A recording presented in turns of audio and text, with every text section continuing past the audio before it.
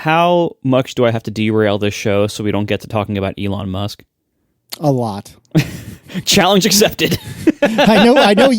You could probably do it by yourself. You and me together, our powers combined, could absolutely do it. What do you have against talking about Elon Musk? We're going to say really mean things about him, probably. Oh, that's the last thing I want to do, though, because then everyone gets angry at us. I'd rather just say nothing about him. I just don't like him so much. Here we go. Let's derail. Wait, we're talking about him. Let's derail immediately. I had to restore both of my HomePods today. Oh gosh, how does that even happen? So remember how I said a few weeks ago, they've been working really well. They seem to have stopped breaking, and they've been working really well. Well, that came to a screeching halt over the last week or so, where they've been working very poorly. It's a stereo pair, and sometimes one would just drop out until I would unplug it and plug it back in. Which one it was would change over time. Sometimes it was doing that thing where it was crashing in the middle of a response and restarting itself. Like it would say part of the response, and then it would say, "Let me try that again," and then say the same thing. What? Yes, that's a thing. Yes, it is, and it's doing it more and more. It sounds like Apple made their own automatic kicking machine. They did, right? They totally did. Throwback. That's a throwback. That's a thing, and then eventually, and of course, and so we actually. So first of all, for the music project, thank God we hit the end. So there's a clear. So remember, I was saying how 2000 to 2006 was a pretty rough time. The music got much angrier and dirtier and much more explicit, and it was pretty rough. Well, then it seemed to get better from about 2007 or so, 2008 maybe. Now, I don't know if you recall, maybe who was president between 2000 and 2008, and then so that was a really angry period, and then we had a change, and from 2008 until about 2016, it was much happier and much less angry and explicit. And then, I swear, 2017 to 2020 took another massive dark turn. I swear, go to Apple Music and say pop hits X for whatever year you want. It's clear as day. It's a very clear difference. You can tell, what was the culture feeling? Was the culture angry? Was the culture frustrated? Was the culture partying? You can feel all those things in the music. Trust me, it's worth seeing. But anyway, so we've gone back now, and we decided to go back and do the rock chart instead of the pop chart. The rock chart didn't actually exist until, at least in Apple Music, until 1956 or 1965 rather. But they have pop charts going back to 1955. So we actually started 1955 pop, and we're going to do that until we get to 65, and we're going to switch over to rock. And we're hearing so much stuff, so many songs that I'm like, oh my God, this, the version of this that I knew is actually a cover of this. Oh, what was the Spin Doctors? No, was it not Spin Doctors? It was some song that, now I'm going to have to look it up. There was some song that I had no idea was a cover, and I just recently discovered this, and it blew my freaking mind. Yeah. And the funniest part is the original was also incredible. Crud. What was that? All right, I'm going to just interrupt you in a second when I figure it out, but I have it on a playlist, the original, and so I'll have to find it in a second. And there were so many songs too where they're not officially credited, I think, as covers, but they clearly just lifted the whole melody of a certain song. Usually it was a jazz artist in the 50s who then some white guy in the 60s lifted it, or in the 80s or in the 90s. We heard this one song yesterday, and I'm like, this is just I Want Candy. I Want Candy just completely ripped off, but it was some jazz song I never heard of. I'm like, it was so incredibly similar. Today I heard a song that I'm pretty sure Surfin' USA ripped off. Yeah, I think, Marco, you need to spend some time on YouTube. There's a whole subgenre on YouTube of, is song X a ripoff of song Y, or why not? Oh, yeah.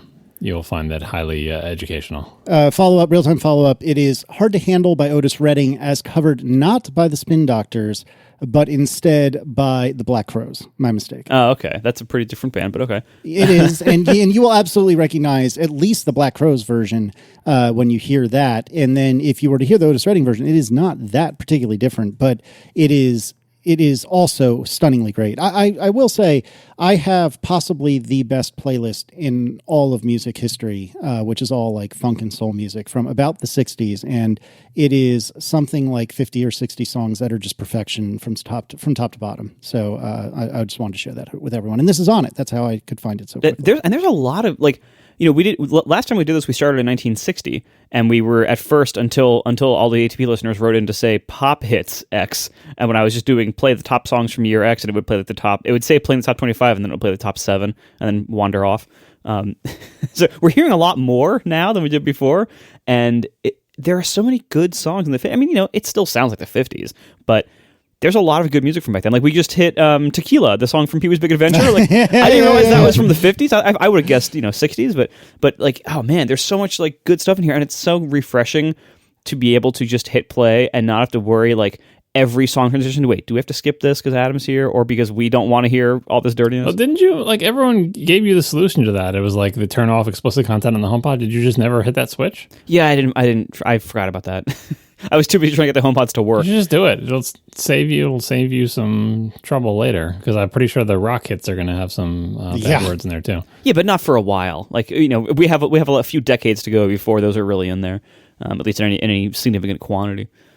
There's certainly innuendo, but I mean, heck, there's innuendo in the 50s songs. It's just different innuendo. You're going to get the radio edit of Creep, which I think is better than the one with cursing. I agree, actually. When I first heard the version of Creep that had the F word in it, I was like, oh, that's actually less of a good song. Like it didn't fit, Yep. I freaking love Radiohead, and Creep has never done much for me, which probably makes me completely without taste. But hi, welcome to the last 8 years.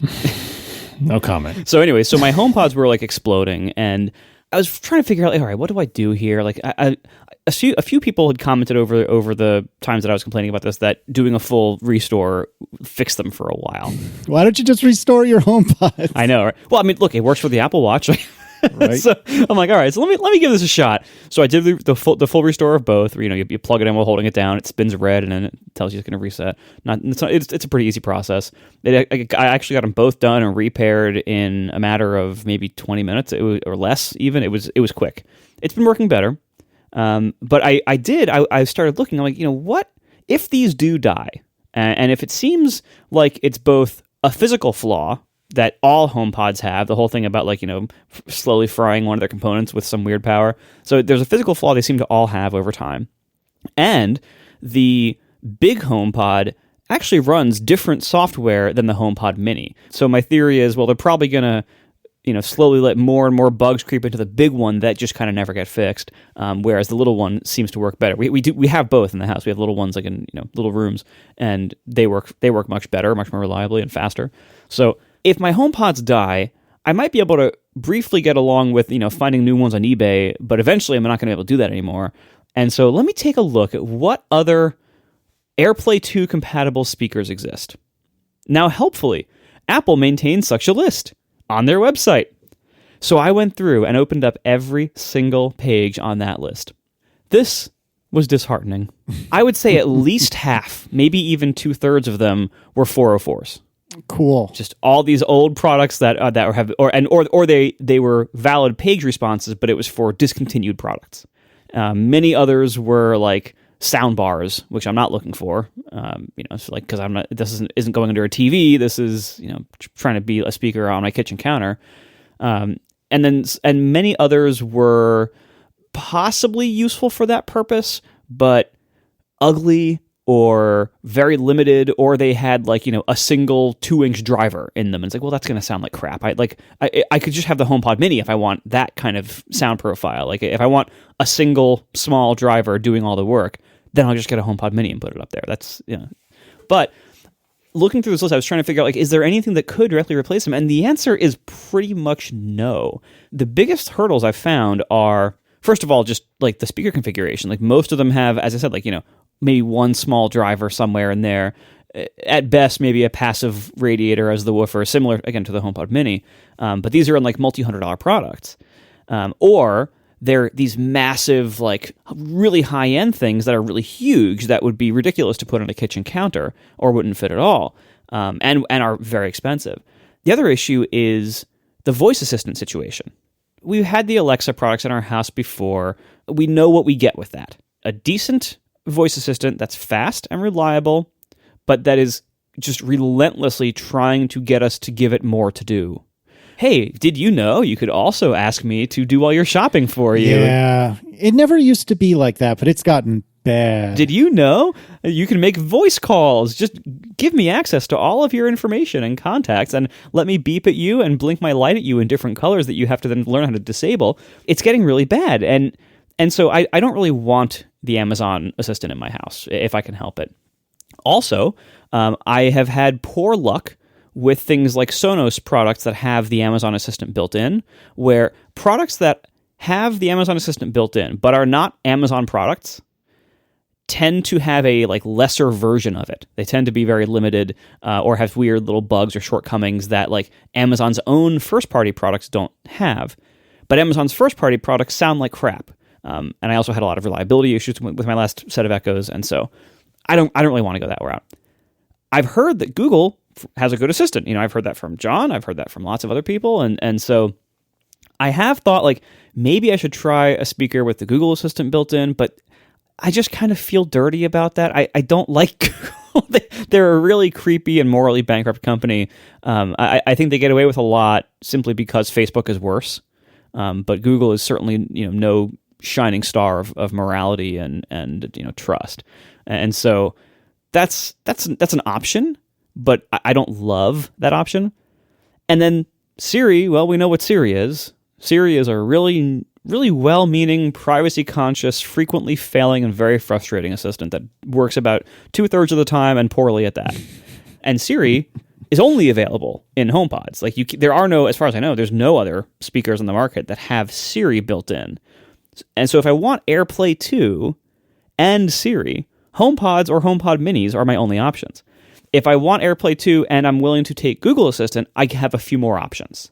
I think there's got to be something with Siri because my thermostat, I believe, is an AirPlay speaker and has Siri built in. Remember when they did that demo or the keynote where they had the big virtual house and they were CGI flying through it? They talked about how they were adding some kind of program to put Siri into things like thermostats, but I think it's only in thermostats. I don't think it's gotten any further than that yet.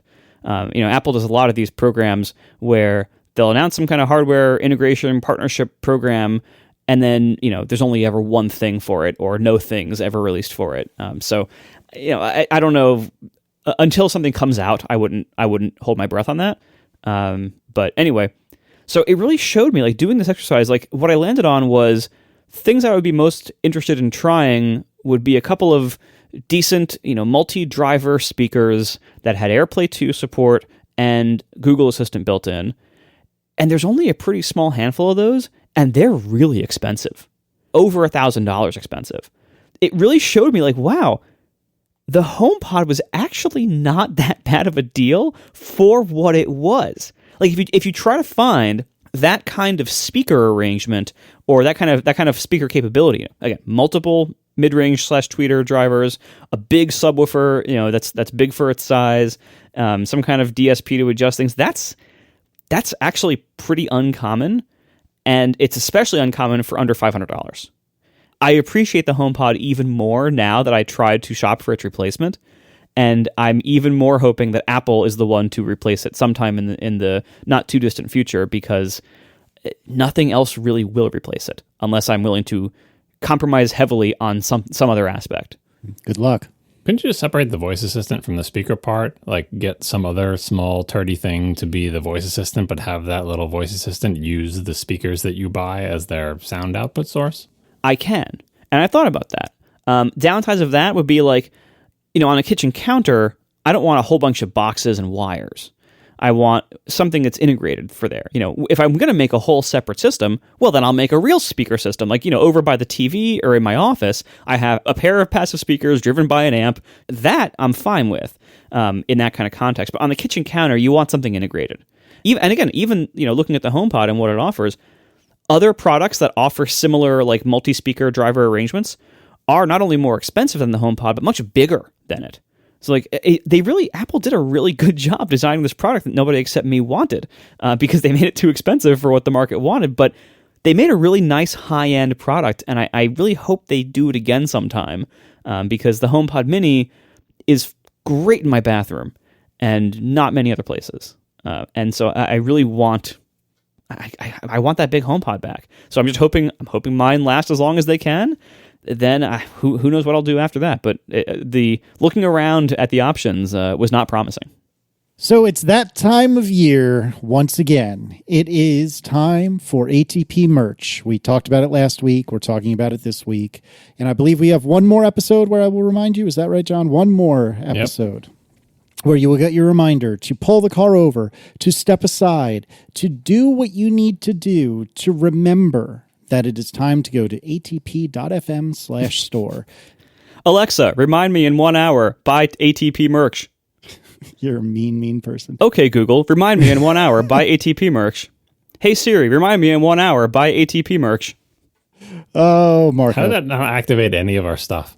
I don't know. You leave that on? I mean, I don't know. I mean, one of us has to have something. Last time your watch interrupted the show. Yeah, I'm wearing a regular watch tonight, so just that wouldn't happen.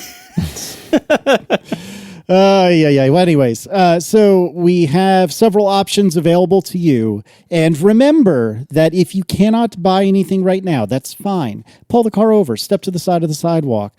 Tell your children, hold on just one moment. Well, maybe you shouldn't do that, but just do what you need to do. Remember that Casey said, remember this moment. Think about where you'll be when you can order some ATP merch. Envision that in your mind's eye. And think about ordering that merch when you get there. Do what you got to do. So what do we got?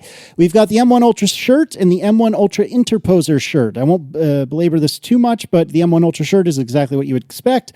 The M1 Ultra Interposer shirt is where it says Max adjacent to an upside-down Max, which is a very, very, very good in-joke. Marco, how good of an in-joke is this?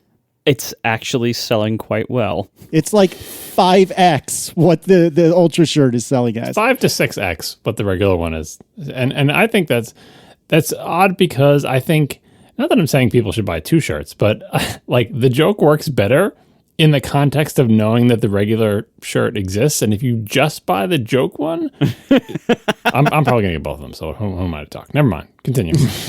In any case, we've got both of those shirts. They are black fabric with yellow Ultra or Max symbols on them. And, of course, the multicolor M1. Then if you prefer more color in your life, we have the M1 Ultra shirt, as you would expect, but only Ultra, not Max. And that is available in a rainbow of colors. And then we have the traditional ATP logo shirt. We have brought back the ATP hoodie, as well as the pint glass and ATP mug with a slight change that the ATP mug is gray on the inside, not red, because #supply chain. All of this stuff is available until the evening of Saturday, April 30. So please, if you don't mind, go to atp.fm/store. But hey, John, if people really just want to support us, and they don't necessarily need yet another podcast t-shirt, even though the Interposer shirt is so freaking good, what could they do, John, to support the show? Well, you forgot to mention that if anyone is already an ATP member or wants to become an ATP member, you get 15% off if you go to your member page on atp.fm.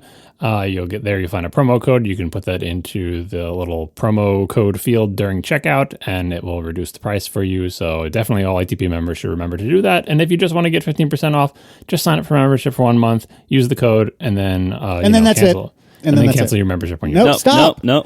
And a lot of people have been doing that. I've seen the merch sale bump. The member numbers are going to go up, and then when the merch sale's over, the membership will go back down. So what can you do? They don't have to, though. You sign up to get the merch discount, and then, look over there. Is that sparkly something? What? Yeah. Anyway. Is that Elon Musk? What Casey was alluding to is that these are expensive things. The shirts are expensive because they're limited run. That we make them expensive because we do 17 printing passes on them.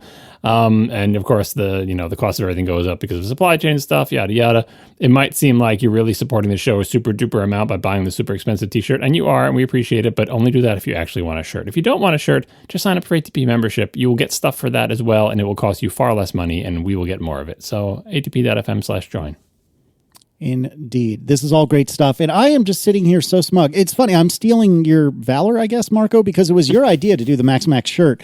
But because you were kind of, pumping the brakes on it a little bit. Because you're poo-pooing your own idea, yeah. Yeah, exactly. Since you're pumping the brakes, this is very opposite day, because I feel like I would be the one to pump the brakes on my own idea. And you would be the one to, just run with it. But no, now I'm running with your idea, and I'm telling you that I'm claiming it as mine.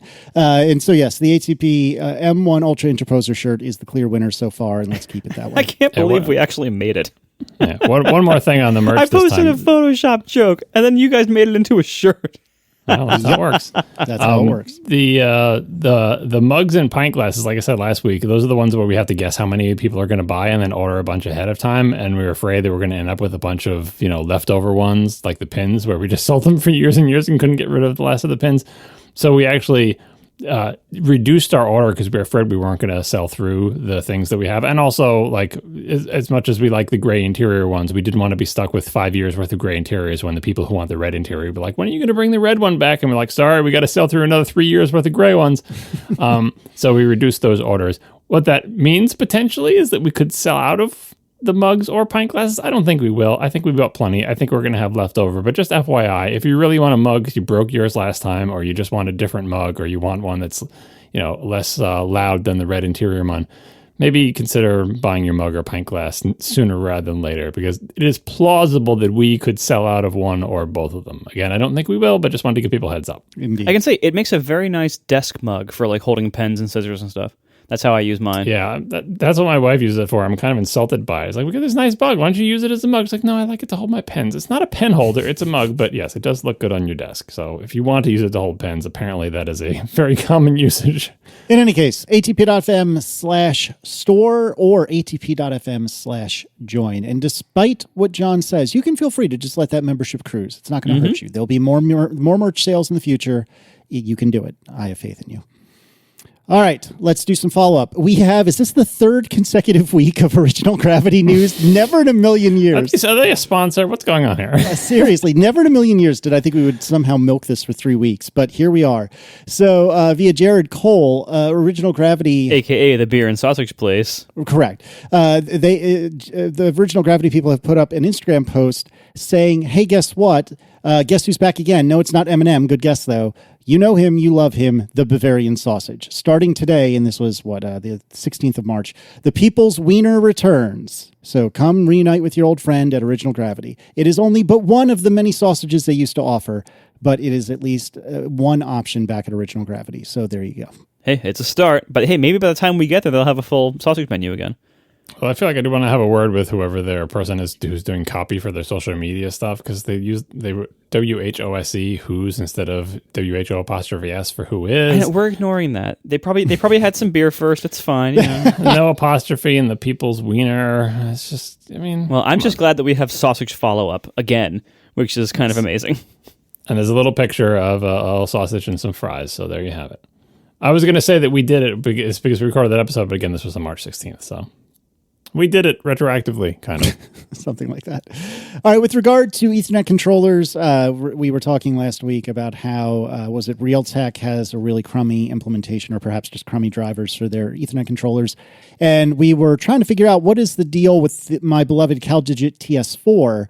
And apparently somebody reached out to CalDigit or found the answer from CalDigit. Oh, Yep. You reached out. Okay, yeah, you said you had asked them last week. I actually behaved like the journalist that I pretend to be sometimes and said, hey, we want to talk about this in ATP. Can you confirm which Ethernet chip you use, whether it's this, the RTL, whatever, 3, that's the bad one, or the 6. And today they responded and said the TS4 is using the Intel i225 PCIe to 2.5 gigabit Ethernet controller. So it is neither of the Realtek chips. It's an Intel chip. And I haven't followed the development of, different NIC chips for a very long time. However, back when I cared about such things, Intel always made the best ones. So I don't know what the exact deal is with macOS and the driver support of this thing and whether it will work at full speed and everything. However, hearing that they're using an Intel chip, to me, that's very good news, because they used to make the best NICs in the world, and they probably are still very good. Whereas Realtek is kind of hit or miss with their products usually. So I'm happy to hear this. Yeah, and then I had made offhanded mention of the fact that you need to flip some magic switch in the hardware area of system preferences in order to get Ethernet to work more reliably. And a couple of people reached out asking what the crap I was talking about. And it completely slipped my mind to put that in the show notes, but I have put it in this week's show notes. So I put that link in there. Additionally, a couple of people pointed out, or maybe I just stumbled upon this. I don't remember how I got here, but one way or another, I found that they have a FAQ post with regard to sleep issues, and apparently it's better under the most recent version of macOS, but it's still got a little bit of wonkiness. So what they say on this page is there are some short-term, ongoing intermittent issues in macOS 12 and up affecting some Thunderbolt docks in general after macOS going into sleep mode. So they have two recommendations for you. You either turn off sleep mode, which is what I've done of my own volition, unrelated to any of this, or, and this is interesting, reconnect the dock each time you reboot prior to sleeping it. And apparently you only have to do it once, but once you boot your machine, disconnect the dock, reconnect the dock, and then magic happens. And then you don't have the problem anymore, according to this page on their FAQ. So I just wanted to pass that along. Again, there will be links to both of these in the show notes. We are sponsored this week by Linode, my favorite place to run servers. Visit linode.com/ATP to learn more and see why so many nerds like me love this wonderful host. I mean, look, I've been running servers for a long time, since I believe the year 2000, and it is... I've used a lot of web hosts in my day, and Linode is by far my favorite one. That's why I've been sticking with them for the longest. Once I discovered them, I gradually moved all of my stuff over to Linode, and I haven't left because it is just such a great host. They have any plan to suit any resource level and any budget, so they have things starting at just $5 a month, all the way up to whatever your needs might be for hardware needs. They have specialty plans like GPU compute plans, high memory plans, dedicated CPU plans, and other services that you might use, like block storage, Kubernetes support, centralized supporting tools like Terraform. It's just an amazing service. They have a great control panel. They have a great API to automate stuff. They also have amazing support, and they offer that same support 24/7, 365 to every level of user. So whether you're spending $5 a month with them or $5,000 a month with them, doesn't matter. Same level of support, and I've used it, and it is fantastic. Linode is also, just in my opinion, the best value in the business. I have seen, again, a lot of hosts, and I've stuck with them because value matters a lot to me. I buy a lot of servers, and so that, any kind of value difference really adds up for me, and Linode is an amazing value. As tech moves forward, they always adjust their plans to give you even more for your money. So it's just fantastic to be a Linode customer. Visit linode.com/ATP, create a free account with your Google or GitHub account or just your email address, and you get $100 in credit to get you started. Once again, linode.com/ATP. Create a free account there to get $100 in credit. Thank you so much to Linode for being an awesome web host, for hosting all my stuff, and for sponsoring our show. Let's talk about EcoBees. Eric Powell had some interesting feedback. And Marco, can you summarize one more time what your issue or confusion was with the interaction of EcoBee and HomeKit? Yeah, basically that every time HomeKit, or every time I would control the EcoBee thermostats through HomeKit, or they would control themselves through like a schedule I had set in their app, a lot of times things would mess up, when whoever has control would switch, whether HomeKit did the last command or whether EcoBee's internal stuff did the last command. It was oftentimes very weird. I would often do things like ask HomeKit to turn off the heat in this room, and instead of turning off the heat, it would go to like auto mode, where it like will use heat or AC to maintain one of these temperature ranges, which is very different from off. So stuff like that, like just weird stuff would happen. It would, or I would tell HomeKit to do something, and it would say okay, and then I would look at the thermostat and it wasn't doing it, or it was a very strange situation. All right. So Eric Powell writes, I think I know which problem Marco might have been talking about, as he wasn't alone with that. EcoBee has two hold types, a permanent hold, which of course lasts until you change it, and a temporary hold that only lasts until the next schedule change. With HomeKit, for whatever reason, EcoBee decided that if you use the Home app, the Dingus, etc., to change the temperature, it would put the thermostat into a permanent hold instead of a temporary hold. Comments on Reddit complained about this for ages, with tips on how to MacGyver your way around it with shortcuts, for example. However, finally last year, they relented and changed the way this works via an update. Now the system will do a temporary hold when you use one of your HomeKit options and will revert back to the scheduled temperature when the next schedule starts. Got it. So now it apparently is better at maintaining both a schedule in the EcoBee app and a schedule on a thermostat. That being said, I don't plan to try this because it was a pain in the butt, and having everything controlled only via the Home app and its own automation and scheduling and voice control is working fine for me. And so, again, I think so often we run into problems with smart home stuff if multiple ecosystems or apps are trying to control the same thing. So I think having only one of those things controlling it, whether you go all in on Ecobee's app or all in on HomeKit, I think go all in on one or the other. Don't try to mix them because it's just asking for trouble. Although speaking of mixing them, something somebody pointed out with the little sensor things that come with some of the Ecobee things. I mentioned that like they're a temperature sensor and they're wireless and they're powered by a little coin battery type thing and supposedly last a long time and they're really neat.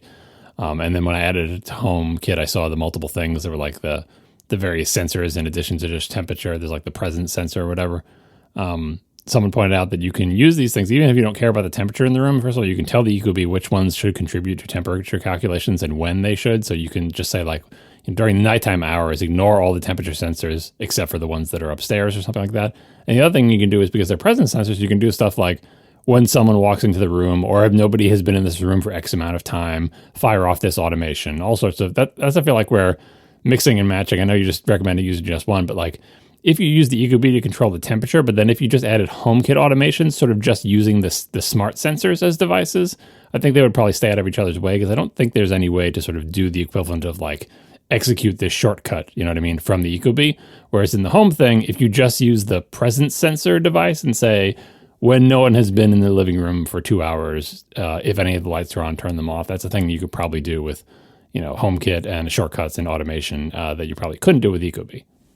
All right. And then, John, tell me about how you found instructions for your weirdo setup after all. It's not really quite the same as my setup, but it's like it's the equivalent. So the reason I didn't find it is because if you honestly answer the questions that these various like wizards guide you through on their website, do you have X? Do you have Y? Do you have Z? Right? You'll never find this because one of the things is asking you like it leads you down the path of like, do you have like the AC adapter that plugs into the wall? And I mentioned I didn't have that and I don't want that because then you'd run a wire up your wall or whatever. So I would never go down that branch. But practically speaking, what that little wall wart adapter thing is doing is the same thing that those two other wires I found buried in my wall are doing. It's just they're providing 24 volts AC. And only instead of being plugged into the wall, it was shoved into my breaker box to a little transformer that was mounted to the wall next to it, and then up through my walls through a cable. But it's the same thing electrically speaking. So if you do follow these steps, and we'll put a link in the show notes, which is not a direct link, but it's as direct as I could go. If you follow the link in the show notes, then you click on the section that says step 3. Then you click on the section that says scenario A. Then you click on the section that says alternate solution. You will, in fact, reveal a wiring diagram that shows, hey, what if I have basically a W1 wire, an RH wire, and then I have two other random wires that are essentially 24 volts AC coming off a transformer, which in the diagram they showed to be a little wall wart, but in my house is not. And the solution they have doesn't require putting two wires into a single hole. Instead, they put the 24 volts AC, they put one into C, the common wire, and they put the other one into RC. And then for the thermostat wires, they go into W1 and RH. And I'm sure that would work on mine as well. In fact, if I ever need to disassemble mine and reassemble it, I will do this just because it's simpler than my weird solution of melding the two wires together.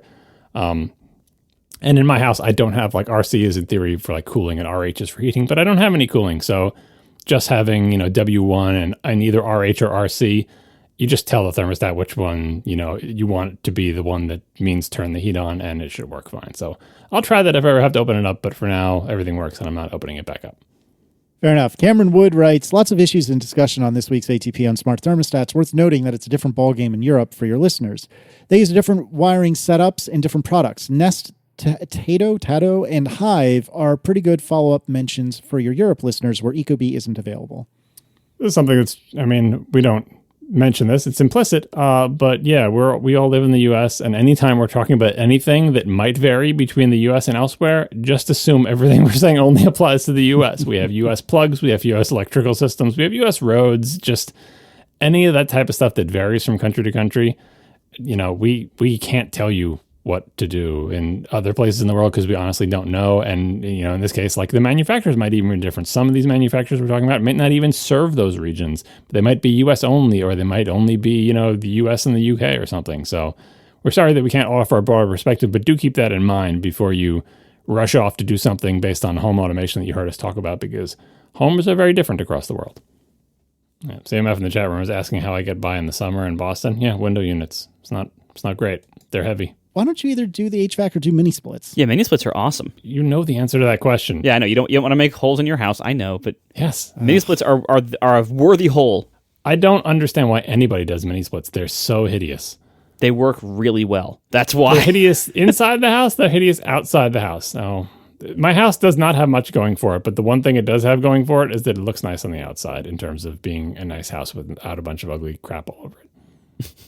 I mean, I cannot fathom living in a place where it gets over 70 degrees without air conditioning. But Well, the window units do the job. They're a pain to install and a pain to uninstall. yes, because those look great in your windows, John. They look stupendous. They look better than mini splits, let me tell you.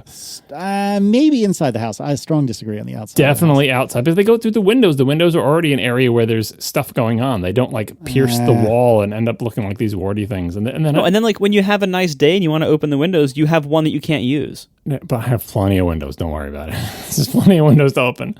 You know, not far be it from me to convince you that you've made the wrong choice with regard to your employment, but maybe you should have hung on for like another 6 months just so you could get, amass the money such that you can do proper HVAC. It's not a money issue. It's a house disruption issue. We've talked about this before. I do not have any air ducts and those little skinny ones they try to fish through your wall. Like fishing anything through my ancient walls is a big project and the house would crumble to dust. It's the type of thing that What if you open the wall and you ended up discovering, oh my God, there's a whole second air duct in here? I don't think there's any secret air ducts. If anything, there's probably just bodies buried in there and old radiators And rats. and a bunch of old razor blades from the little razor blade hole that is in the the medicine cabinets that we talked about before. Did we talk about this before? Yes, we have on this show. I'm pretty sure we talked about it. I don't think so. I don't think we did, John. I know the thing you mean, like the kind of thing you mean, but I don't think we've talked about it before. For people who don't know, again, this may be U.S. only. We don't offer this disclaimer, but it's fresh in my mind because I just mentioned it.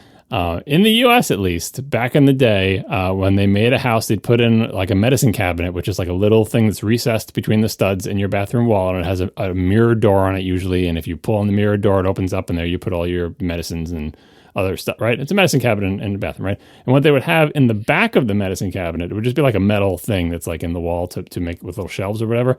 There'd be a slit in there. And what that was for when you used to shave with like straight razors back before disposable razors and stuff. When you're done with your razor blade, you'd remove it from your little handle and then you would shove it through the slot and it would just fall down the stud cavity in your wall to the bottom of the stud cavity.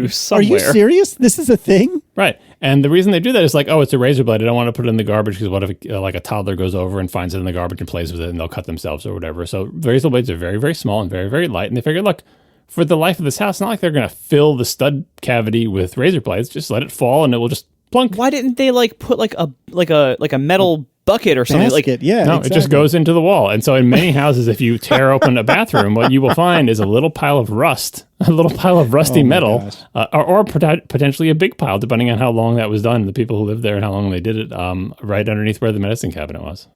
I had no idea this was a thing. Genuinely, no idea. I bet you can find good pictures on the internet of like, what does it look like when you find a pile of those in the wall? But it's a good example of like the childlike thing of like, look, they're not going to fill this. How long will this last? 500 years, 1,000 years? The house is going to disintegrate before this ever becomes a problem. We've essentially found a permanent, it's like a radioactive waste storage. Like, I know what we can do with it. We'll just put it in between the studs in our bathroom and it will never fill up. Only this is a system that actually works. We are sponsored this week by Sanity and the new Structured Content 2022 conference. Sanity is a content platform that powers exceptional digital experiences for companies like National Geographic, Figma, Nike, and more. Developers, designers, content professionals, and digital leaders rely on Sanity to collaborate in real time, ship new experiences quickly, and delight their customers with rich media content. It takes less than 10 minutes to get up and running with Sanity. And once you're there, your content will flow across APIs. There's no limit to how and where you can display it on any channel, websites, apps, kiosks, anywhere you need it to go. You can use Sanity for free for low-scale projects, and it's pay-as-you-go if you need more API usage. They also offer great price plans and features for larger businesses. Now, let's talk about their inaugural conference happening this May called Structured Content 2022. This conference gathers digital teams together to explore how they can improve their ways of work and tools and learn how structured content can help, featuring a mix of talks, panels, and conversations covering foundations for building a content system, real-life applications for structured content, collaboration methods to connect everyone who works on content, and so much more. Some of the confirmed speakers include Guillermo Rauch, the CEO of Vercel and the creator of Next.js, Michael Sippy, a Web3 enthusiast and chief product officer of Outside, And Carrie Hain, head of content strategy and relations at Sanity, the author of Designing Connected Content book also. So there's more than one way to attend as well. You can join in person in San Francisco on May 24th and 25th, or you can attend virtually for absolutely free. Space is limited for the in-person location, so if you want to attend, be sure to reserve your spot soon. Once again, San Francisco, May 24th and 25th for in-person, or attend virtually for free. To learn more about Sanity and the Structured Content 2022 conference, go to sanity.io/ATP. That's once again, sanity.io/ATP. Thanks to Sanity for sponsoring our show. All right, so we had some interesting feedback with regard to USB-C KVMs, and we were talking about how Intel has like a dev kit that does this sort of thing. And then Victor Leung wrote us to point out that there is the MCCI Model 3141 USB 4 switch, which apparently is a computer-controlled programmable 2-to-1 switch connecting two USB Type-C receptacles to a single USB Type-C plug. It is compatible with USB 4 hosts and devices, as well as older protocols such as Thunderbolt 3, USB 3.2, 2.0, USB Type-C alternate modes, and of course, power delivery. And this looks like basically a packaged version of that Intel dev board, which is really interesting and really exciting and sounds kind of great until I point out that the list price is just shy of $1,000. Yeah, that's quite a switch.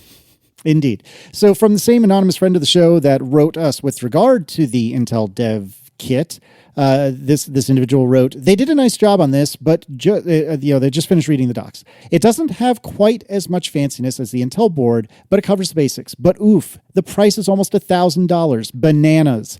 There are literally 3 USB connectors and an MCU, an analog mux, and diodes mux in there. That's like $25 a parts. They must have done this on spec to Microsoft and then realized they could charge Microsoft essentially an arbitrary price for finished units, and no one would care.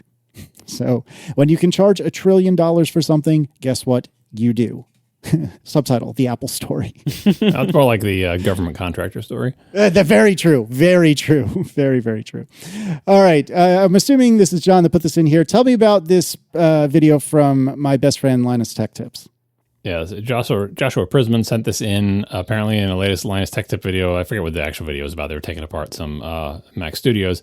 Well, they had enough Mac Studios that they just happened to have, taking them apart, and they found 2 of them that are the same model. It's not like one is the Ultra and one is the Max. They were literally the same model, the same SKU, that had entirely different power supplies in them. And you can look at the video. We'll put a timestamp link. You can see them holding up next to each other. They're both, circular. They're both the same size and shape, more or less, because they both have to fit in the same case. But they are not like each other at all. 2 different manufacturers. One is Lite-On and one is Delta. And there's some speculation that one of the problems people are having with Mac Studios is not actually related to the cooling system, but just related to like electrical noise from the power supply. They didn't say this in the video, and it's too hard to tell with just 2 of them, but it would be interesting to know the people who are getting kind of electrical buzzing noise, which one of the 2 possible power supplies do they have? Or maybe there's 3 possible ones. And they say this in the video, it's not uncommon for Apple to source parts from multiple manufacturers. Very often they have multiple suppliers for commodity parts like the RAM, or, if no one's looking at the individual capacitors saying, wow, my Mac, it's the same as your Mac, but my capacitor is made by this company and your capacitor is made by that company. In this case, the entire component, the power supply, is made by a different company. They've done that in the past on other Macs as well. But you'd need quite a sample to be able to nail it down and say, is the electrical noise just manufacturing tolerances and variation across all the manufacturers, or is there one manufacturer that's more susceptible to this than the other? Unfortunately, as far as I know, there's no way to tell which power supply you have without opening the thing up, and the Mac Studio does not want you to open it up. And if you did open it up, Apple would probably be able to tell, so I wouldn't suggest it. But just FYI, whether this is because of supply chain stuff and they were worried one manufacturer wouldn't be enough to supply them, so they had to have 2 of them, or they just farmed it out and 2 manufacturers came back with designs that both qualified according to Apple specs. Who knows? But either way, there's some variation going on inside the Mac Studio. So now's the time that, Marco, you and I really have to combine our powers to avoid talking about Elon Musk. Have you looked into any of the newer offerings for electric cars, like the Ioniq 5 or anything like that? Because we're going to do a mid-show neutral, apparently. But there's a lot of new stuff coming out that looks, at a glance, looks really, really good. The Ioniq 5 is not new, and it does not look really... I mean, I guess it's a nice car, but it doesn't look good. Well, okay, for the broader definition of look. I don't find it appealing at all. There's the Kia one that's based on the same platform, looks a little bit better, but yeah. No, I actually haven't been paying much attention except for what we hear from friends like Alan and Arik over at Fun Fact, and talk about a lot of this stuff. But I haven't been looking too much just because it's almost like my heart's been broken so many times by promises of cool electric vehicles that then just never come out, or that eventually come out and it's nothing like the concept and it sucks. And so when things do come out, that's good, but I don't pay attention to the press anymore in that whole subject area because it's so heartbreaking so often. Casey was just describing cars that are out, have been out for a while. There's Right, also the right. also the BMW ones that are out, although I don't think they're particularly appealing. The Lucid Air, by the way, is also out, and it is more or less exactly what they said it would be, combined with what you would expect, which is this is literally the first car from a new manufacturer. So it's very much like the first Model S. But you did have one of the early Model S, so it's not like you're unfamiliar with that experience. Not really. Not that early. I mean, Well, it was early enough that there was weird problems, right? No? not really. No, I don't really have any weird problems with my. I mean, I had I had to replace the door handles once, but that was Yeah, that and the the sort of software gremlins in the first versions of that, and with it crashing or whatever. I didn't really. I mean, that wasn't any. It wasn't like the drivetrain crashing. It was just like the screen crashing, and that. Yeah, just the screen. So the Lucid Air is like that too. The drivetrain and the car part of it itself seems to be fantastic. Every review of it is going gaga over it. Of course, it's super expensive as well, but it's like amazing range, amazing performance. Amazing sort of, I don't know what the equivalent is, but like miles per watt hour, very efficient, huge on the inside.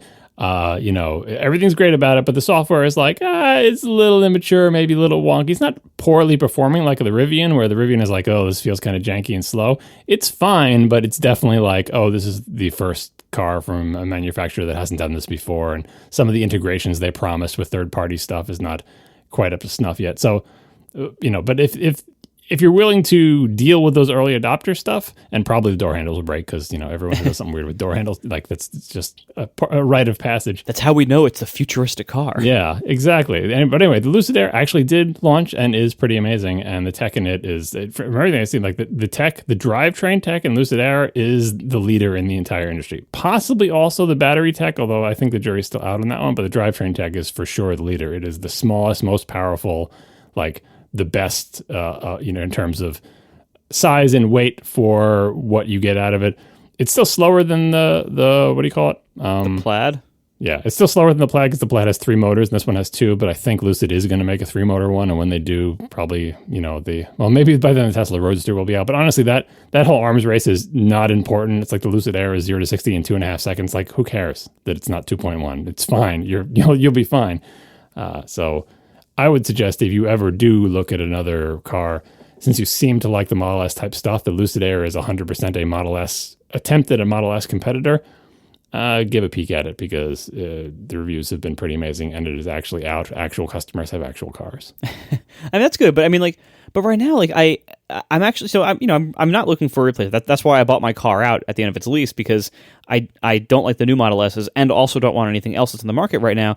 And so I'm hoping to get a lot of years out of it because, frankly, the first Model S I had was, I think, a 2015 model year. My current one's a 2018 model year. And even in 2015, I think it was already 3 or 4, the car had been out for 3 or 4 years before that. So they actually had worked out most of the early problems by the time even my first one came out, and by the time my 2018 model came out, it was a pretty mature platform. And by the way, speaking of that, have you ever looked at a video that shows you the revisions of the door handle between the first one and the one you have? No. It's pretty fun engineering, and it mostly makes you think the people who made the first door handle were just someone needed to talk to them because they eventually you look at it and you're there's no way that's going to be reliable, and guess what, it wasn't. And the new one has 1/18 the number of parts and is so much more reliable. It's oh geez, guys. Anyway, yeah, they figured it out eventually. Yeah, and but the thing is, if I'm going to jump into one of these newer alternatives that's out there, first of all, I would lose the supercharger network, and that's still not a great thing to lose. Right now, the supercharger network is still very much a competitive advantage, and I get that over time, eventually that will become less the case. But right now, it's a huge competitive advantage. And once you're accustomed to it, it's one thing if you're buying your first electric car And maybe you don't know what you're missing. But if you already had access to the Tesla supercharger network, to lose that, to buy another electric car that can't use it, you'd feel that hit. Like you wouldn't enjoy that when you take long trips. I think you might be able to make it upstate without going to a charger because the Lucid one has 520 miles of range. Does that get you there? I can make it upstate just fine if I'm fully charged. But my car right now has been sitting in the beach parking lot for a few weeks. I probably parked it at 75%. It's probably now more like at 65% after maybe after 10 days or after 2 weeks, maybe it lost 10%, something like that. Maybe not that much, but it actually loses pretty slowly. But anyway, so I'm going to get in the car tomorrow when I arrive there, and I'm going to want to go directly like somewhere far away. And it's really nice when you have excess battery capacity and good range. It's really nice to be able to do that, but it's also really nice if you don't have the range to make it home to be able to stop somewhere because you didn't, you couldn't plan very well or you couldn't leave on a full charge. Like having a big battery and having the supercharger network together add flexibility for you. Yeah, but you get about half the range of the Air. So yes, it's good to have the charging network, but it's also good to have double the battery capacity. Fair enough, but I mean that's also probably a ridiculous amount of money. I haven't even looked at the pricing, but I'm sure it's absurd. It's not that bad. I mean they're trying to sell like the fancy one to the early adopters, but I think actually the long range one is cheaper than the top of the line because the top of the line trades range for performance, which is probably not a choice you would make. Well, maybe, but still, yeah, I wouldn't. But still, like being in the Tesla ecosystem now, I have the massive supercharger network. I have my problems with their software for sure. It's still designed by, as far as I can tell, a moron who has never driven a car before. Well, they haven't added a circular steering wheel back either. Yeah, but like seriously, whoever is designing this should not only shouldn't be designing car UIs, shouldn't be allowed to design car UIs. It's literally less safe than it was before. Like, if there was some kind of professional licensing to design car UIs, they should have the license revoked. Like, that's how bad it is. Like, anyway. Actually, related to weird, bad decisions made in Tesla cars with the yoke steering wheel that we were alluding to before, I saw my first story about a non-Tesla manufacturer offering a yoke-style steering wheel as an option. And I'm like, please, people, of all the things to copy, don't copy that one. At least it's an option. It was Lexus, by the way. Wait, which car? It was Lexus.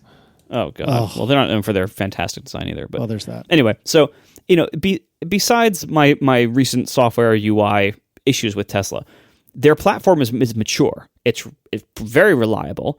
I know that I'm going to go back there tomorrow, and it's not going to be dead. And I'll be able to get in the car and drive where I need to go. And I know it'll be fine. Like I can trust it. It's proven. I know that I can stop at superchargers and they'll all be perfectly fine. They'll all have space for me. They will all have working chargers. The first one I pull up to will almost certainly work. And I can tell from the car before I even get there how many spots are free and everything. And the car can navigate me to get there very easily and tell me when I will need them and when I won't. And I also know that if the car breaks or if I need parts or if I blow a tire again, I know how to get that. Like, they have really good service infrastructure in place already. They have dealers. They have service vans that drive around. That's not, when you have like a brand new brand, you have to give up all that, and it's much more. You don't have to give up all of that. All the manufacturers do all the things you said. It's just a question of whether they have as many charging stations. They all will tell you how the distance to the nearest charger and how many spots are open if they're part of the network, and they'll have a service van come out to your thing. It's like that's the other thing with Lucid. They're remember the things that Tesla used to offer. $7,500 rebate from the government, which is the thing that we have if you're a new electric car manufacturer, and unlimited charging at their stations and free, we'll come to your house and fix stuff or whatever. Lucid is still kind of in that phase where they can offer all that stuff to the early adopters, whereas Tesla is in the phase where they're kind of doing belt tightening and you don't get a free supercharger anymore. But the service experience is not ideal, let's say, if they can't get parts or are annoying about it or whatever. But yeah. Now that I've lived through Tesla as a younger company with the first Model S that I had, and now that I've had the second one, Tesla as a more mature company that has just more mature software, more mature service infrastructure, more, all that stuff. The idea of going backwards to somebody who has less of that stuff figured out and basically being someone's beta tester again for my car, I don't have a high tolerance for that. So I would rather, either first of all, I'd rather keep this car as long as I can before getting anything new. And then when it comes time that I have to replace this car, I'd rather either stick with Tesla, hopefully they have something I like, better by then, or go with a manufacturer that's been around for a while and that happened to have started making electric cars sometime in the intervening time. So I'd be more likely to go to check out like the Audi e-tron or something from BMW or something like that, as opposed to one of these brand new companies that's starting from scratch. You should definitely test drive it, though, because by then it'll be the same age as your original Model S. Like, they've had a few years, work out the kinks, blah, blah, blah. Fix their door handles, do all that stuff. Definitely worth looking into. And by all accounts, it is, sort of better built even than the current Teslas. That's another place where it's not taking other manufacturers as many years as it's apparently taking Tesla to figure out how to build cars, like, correctly without squeaks and rattles with all the pieces aligned. So we'll see how that goes. So we narrowly avoided talking about talking about Elon Musk by talking about Tesla for 15 minutes. Good job. I do want to say just a quick note of memorial for the author of Bare Feet, the website that always had amazing like benchmarks of like all the Mac Pro configurations and CPU options and GPU options, and always did tons of great comparison work, all these wonderful graphs and everything. The guy's name was Rob Art Morgan, or Robert Arthur, but he wrote it as Rob Art Morgan, and he just passed away. And I just learned about that tonight, and that was really sad to hear. I've been following his site Bare Feet for a long time, for years and years and years. Since long before this show and everything, basically since I started paying attention to Mac stuff like forever ago. So just a quick note of condolences to his family, and I really did enjoy Bare Feet a lot. So it was really sad to hear. Yeah, I don't know what it says about me or him that I just assumed it was like a bunch of teenagers doing that site, because they were always so like enthusiastic about like, let's see how fast this is against that, and let's try this, and let's soup this up, and let's overclock that, and let's stick this video card into a Mac Pro. And it just seemed like a bunch of, like really excited, nerdy teenagers just trying out all sorts of cool tech stuff. And he passed away at the age of 77. So he was not a teenager. I mean, he was, just not recently. At some point, but he was not a teenager when he was sticking cool video cards into Mac Pros. Yeah, I was also surprised that he was that old. But yeah, it was a great site, and I'm going to miss it.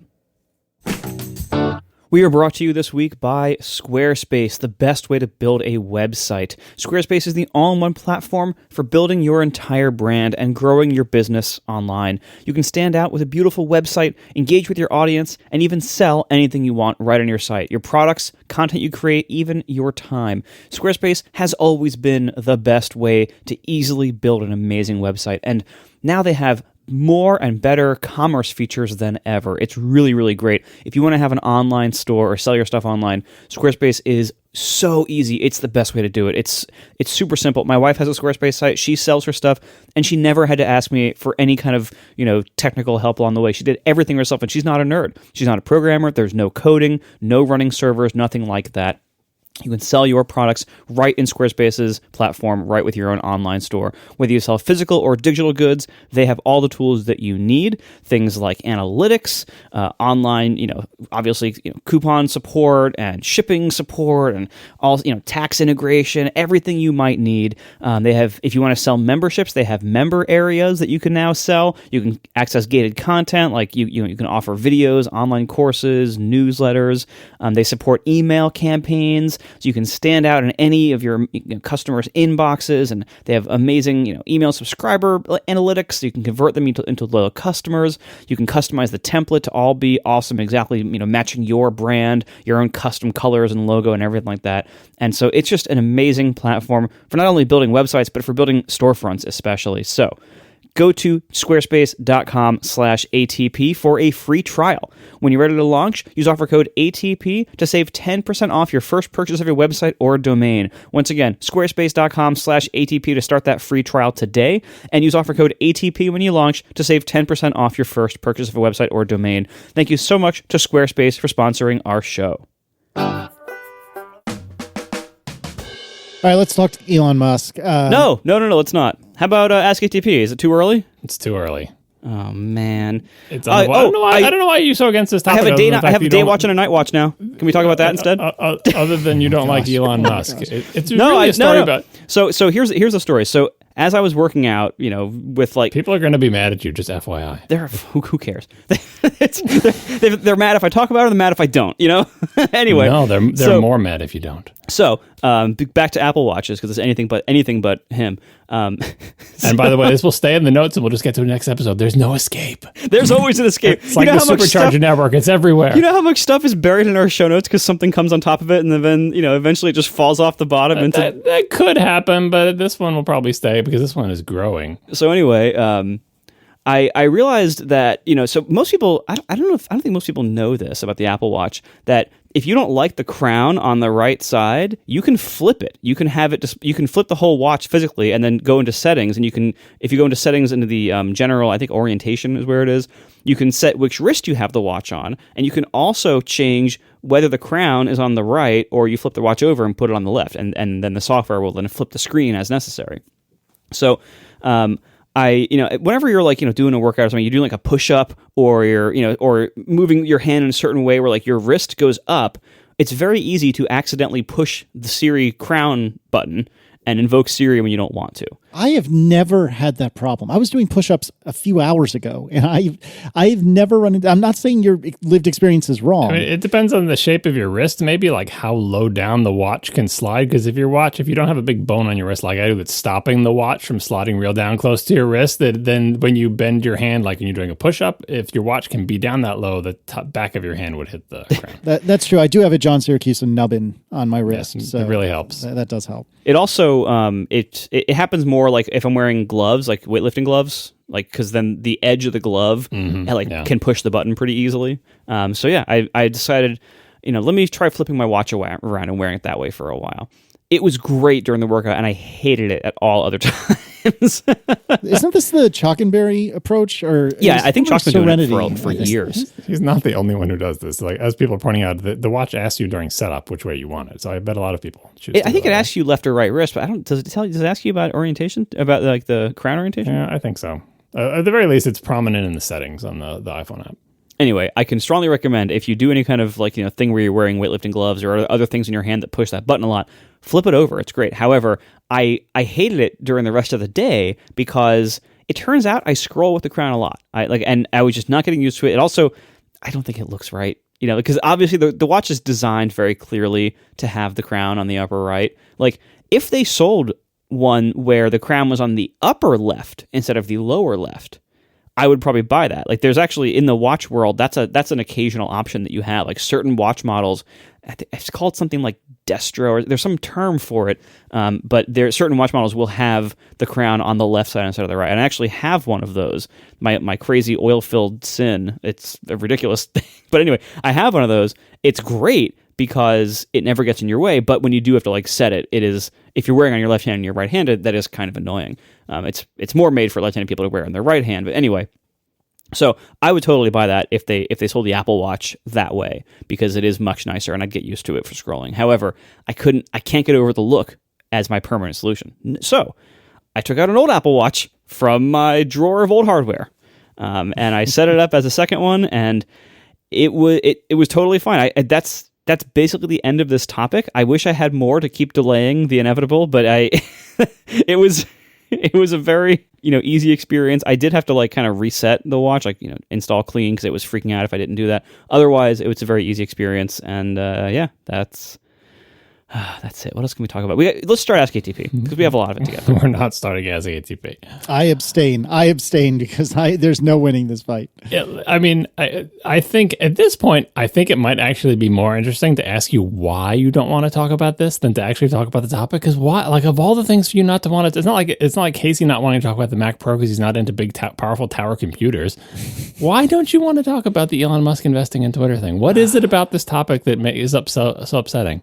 Because I hate Elon Musk, and I hate investment talk, and I hate Twitter. Well, I don't think you hate Twitter. And investment talk. What is investment talk? Because I don't care. Like, we don't cover Apple's quarterly results. Like, we never talk about them unless there's something really interesting that comes out, which it usually isn't, right? We don't talk about hey, you see Facebook's new investment in Uber. Like, we don't talk about that kind of stuff because we're not a financial podcast. Right, but this is not a financial story. This is not a finance. I mean, it touches on finance, but it's mostly about Twitter and the power of billionaires and quote unquote free free speech. And we talk about stuff like that all the time when we talk about like App Store rules and the ability for people to get things into stores and how much money how much power big tech companies have and all that. It's totally in that exact same wheelhouse. The only difference is it involves Elon Musk now, which granted, I know you don't like him, but this is an opportunity to, like I said, say mean things about him. It's not like we're going to, it's not, I don't know. I find it fascinating that you are so repelled by this topic. Are you afraid people are going to yell at you because like the Tesla people will come? You already said all these nice things about Tesla. So they're going to like you now because they're going to say, yeah, Marco loves Tesla, supercharger network forever. They should still fire their software designer. But no, look, he is a clown. I love the cars that came out of the car company that he made, but he personally is a character that I do not enjoy. And he is, it very much like, some of our more negative political figures over the last couple of years. He thrives on attention and is so often provocative in such a way to get negative attention or to get attention in bad ways. And I just don't want to support that. I don't want to give him the attention that he wants. I don't pay attention to the things he does as much as possible because I don't want to feed the troll. That's what he's doing. He trolls the world, and the last thing you want to do is feed the trolls. And I don't want to support that. I don't want to, have him dictate what we talk about. I don't want to engage in the public discourse. Oh my God, can you believe the thing he did today? What? Look at the stupid thing he said. Look at the crazy thing he did. Like, I don't want to feed all of that. There is so much more in the world that's better to talk about. I'm drawing a blank right now for more. But I don't want to feed him. Well, related to that though, and related to Tesla cars, actually, I think that is not really relevant to this topic, but it is relevant to one of the reasons why I soured on Tesla cars. And why it's not because I don't want to support, Elon Musk. Like he doesn't care if I buy a car. Like he's fine, right? That's not what I'm talking about. Mostly what I'm talking about is that, and this is kind of true of Apple too, when you have a big personality who's very much in control of a company, whether it's Zuckerberg or Jobs or Bill Gates or whatever, even though the company is made up of tons and tons of people, the founder's personality, the person running the company, their personality can't help but come through to some degree, because despite what all the hundreds or thousands of other people in the company think or feel, especially if the company is tightly controlled by sort of, a very hands-on, let's say, CEO at the top, the instincts of the employees and the judgment of the employees can be overridden. Just because, Steve Jobs said everything's got to be leather in this version of macOS, and no one else likes it, and no one else wants it, and everyone else thinks it's a bad idea. But in the end, he's the buck stops with him, and so he just makes it happen. And so you're like, boy, Apple has bad taste, and it's like, is it because Apple has bad taste, or is it because one person very high up happened to have taste that disagrees with yours, and they have the ability to make it happen across the organization? That's a tiny little detail. It's not a big deal. But in Tesla, the thing that really soured me on the company is, in fact, very well tied to Elon Musk as a person, because it eventually, especially with all of the, it's not that the Tesla fans do this or whatever, but the sort of the general discourse and attitude around Tesla very much reflects Elon Musk's attitude. And Elon Musk's attitude, and I'm going to compare this to Jobs because he has a similar thing but slightly different, but Elon Musk's attitude towards, about Tesla and the cars is pretty much, if there's something wrong with a Tesla car, you got one and it has a defect, or you don't like the fact that the defroster isn't up here, like whatever your complaint is, legitimate or not, you have some complaint about the car, or your thing came and it has got weird panel gaps, or you've been waiting too long to get your thing, or they changed the price on you when you pre-ordered, whatever your complaint is about the car. Elon Musk specifically the person, not Tesla the company, but Elon Musk specifically the person, as evidenced by his own words, which he has plenty of online, mostly on Twitter for you to see. His attitude is basically like, as soon as you say something bad about Tesla, it's time to discredit you, say you're just trying to short the stock, you're a hater, and let me just dig up dirt on your background and dox you, and just like all the worst kind of things you can imagine. It's like the second you are not 100% loyal to Tesla and say anything bad about it, even if it's legitimate, it doesn't matter what your complaint is, Elon Musk wants you to die. And, obviously not literally, right? And it's like, so what? He's a big baby. Like you said, he's just loud. He wants attention. Like, that's just one person. That's not the company. The company is filled with really good engineers and employees who want to make the best cars and believe in the mission and are doing real good work. And, and look at how revolutionary Tesla's been and so on and so forth. I agree with all that. But at a certain point, I got the feeling that like the reaction of the company to any problem, anytime they do anything wrong, is to discredit the people who are complaining about it and deny that anything is ever wrong. And I never want to buy something as important as a car from a company that I feel that attitude coming from, as opposed to like, a company that's like, if there's ever anything wrong with our car, we're going to swoop down and say, what do we have to do to fix this? We're going to fix it right away. Now, you can name a million car companies like, well, they're all like this. Like Volkswagen is lying about their emissions things, and they got caught in it, and they were forcing their engineers to, make their things fake stuff out on tests to spew chemicals in the air. What a terrible company, or whatever. Or like the unsafe at any speed, but I don't remember the company that was. Was that Ford? Oh, no. The Chevy Corvair, maybe? I know exactly what you're thinking of. I can't remember now. Car's going to blow up, but we're not going to tell you about it. Like, all car companies are bad or whatever. I mean, I get where you're coming from with that, but just like my feeling is that Tesla as a company, because of the way Musk runs it, is not the type of company that I trust to make a car. And that's, my personal decision. I don't think that, again, the cars are what they are. And if you like them and the best fit for what you want, by all means, go for it. But that's what I feel for him. And that's why I became disillusioned with Tesla. That's why I sold my 2 shares of Tesla stock 5 years ago or whatever it was, because I'm like, no, as long as he's running this company, it is never going to be run the way I think a car company should. I don't agree with any of his opinions or tastes, and his entire attitude about basically everything he does, not just Tesla, but everything he does. He acts like, I'm trying to find the correct analogy for it, but like I think we've all met people like this. Is like, if you are not 100% for them and are just sort of a sycophant and telling them everything they do is great, as soon as you have one single complaint about anything, it's all out war. You are persona non grata, and you are just a terrible person, and you don't understand, and you deserve the full force of a multi-bazillionaire trying to rain down hell on you from high. And he's not above doing shady things and telling people in his company to do bad things, and to the extent that he's able to force them to do so, or they're on the same page as him, stuff like that happens. This is before we get into like all the labor relations stuff and the racist things happening in his factories or whatever. You can't blame the person on top for every single thing like that, but when you see his actual attitude and you see those things happen in his company, you're like, yeah, that fits. I can see how he could know about that and not care, because it's not, it doesn't concern him, and it's not a big deal, and too bad for those suckers or whatever. So anyway, I'm on the same page with you with not liking Elon Musk. And so much so that it has turned me off to his entire line of cars and pretty much anything that he does. I feel like he is, ill-equipped to do that. I mentioned I would bring this back to Steve Jobs. His attitude was kind of similar but not quite the same, because Steve Jobs desperately wants everyone to like his products. But if you don't like them for a stupid reason, he's going to be bad about it. But in the end, he does want you to like them, so he's going to fix the product. Think about AntennaGate. He thought that was a stupid controversy, but the next iPhone had a different antenna, right? And he was pissy when he said, "You want a bumper? Fine. Here's a stupid bumper case," right? He thought it was unfair and stupid or whatever, but the bottom line is he wanted the iPhone to be a better phone. So it's not like he said, in fact, all future iPhones are going to have this antenna design just to show how terrible you are. Like sort of the Musk attitude towards the yoke steering wheel. You don't like the yoke steering wheel? Guess what? The round one's not even an option. I know you saw pictures of it, but forget it. Everyone's getting the yoke, right? It's a subtle difference, because Jobs was also a jerk, but he was a jerk in a much different way, in a way that I think produced better products and was more aligned with attempting to do right by the customer. Steve Jobs would berate underlings and yell at employees because they weren't serving the customers well. If you wrote to Steve Jobs with a sob story, he would forward it to one of his people to say, fix this, right? And he'd be mean to the people who work for him, which is not great. But the point is, he wanted it fixed for the employee, whereas Musk would say, find this person and get them fired. I know they don't work for us, but you can probably dig some dirt up on them, but they're really annoying us, and they're probably just trying to short the stock.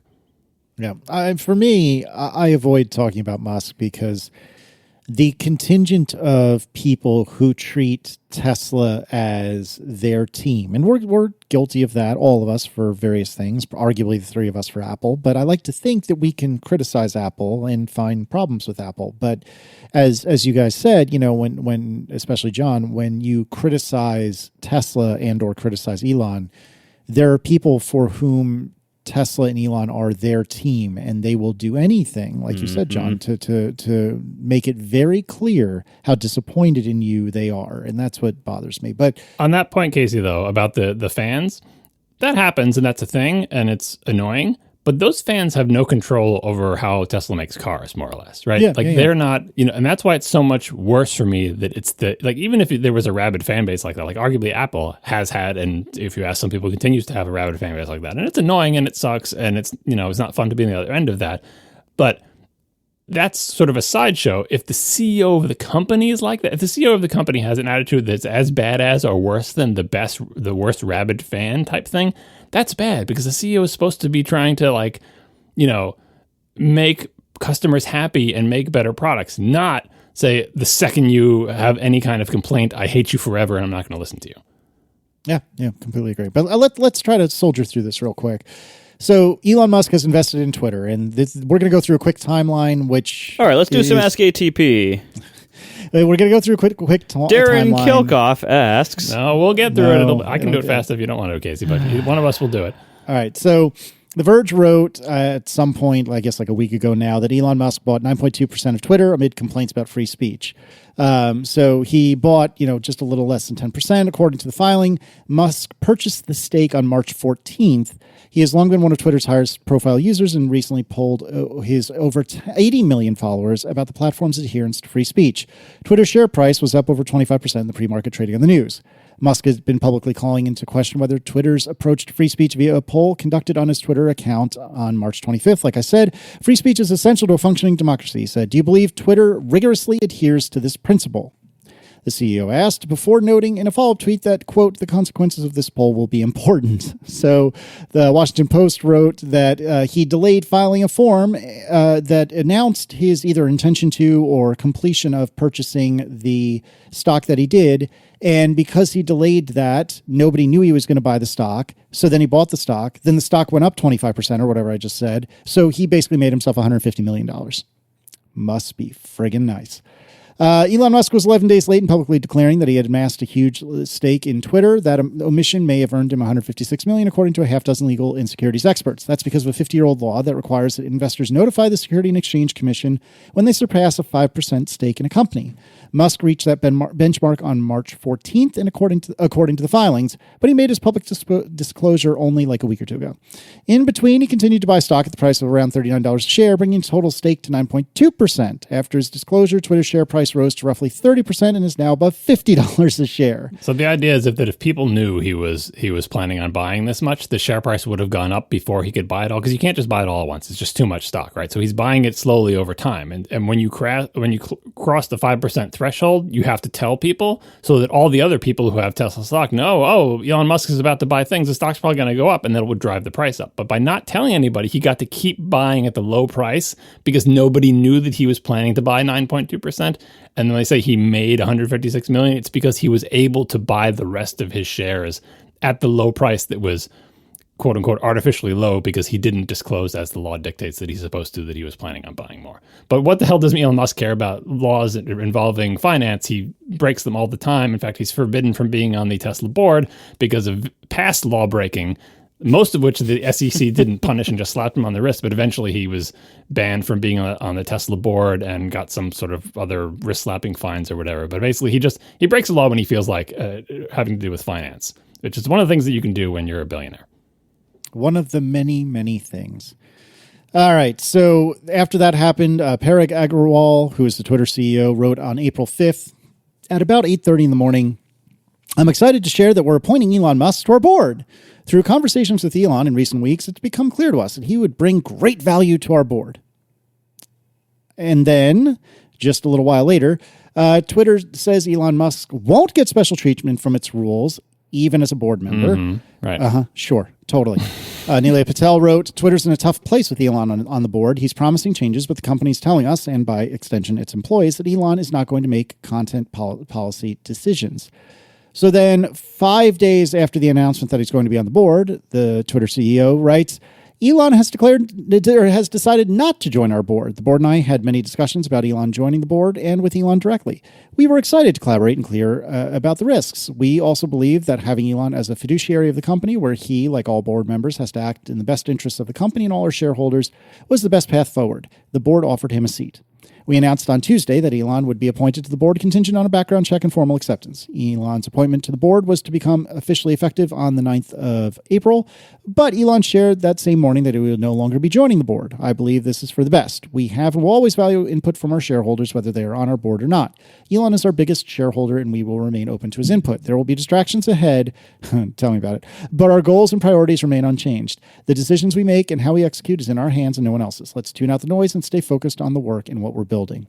Tune out the noise like Elon Musk, you say? Like, cheesy peasy.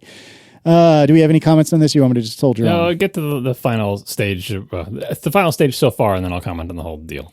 All right, so Elon Musk is then sued for delayed disclosure of his Twitter stake. Twitter Inc. shareholder sued Elon Musk, alleging the billionaire committed securities fraud by delaying his disclosure of his stake in the social media company. In the lawsuit filed in the U.S. District Court for the Southern District of New York on Tuesday, Mark Bain Rosella alleges that Mr. Musk didn't properly disclose his Twitter stake within the required time frame.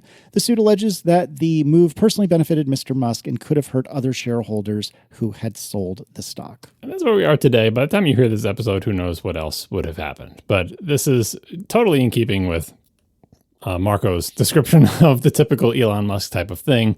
The first thing you have to understand is the sort of very basic, 12-year-old boy misunderstanding of free speech that why aren't I allowed to do whatever I want on Twitter?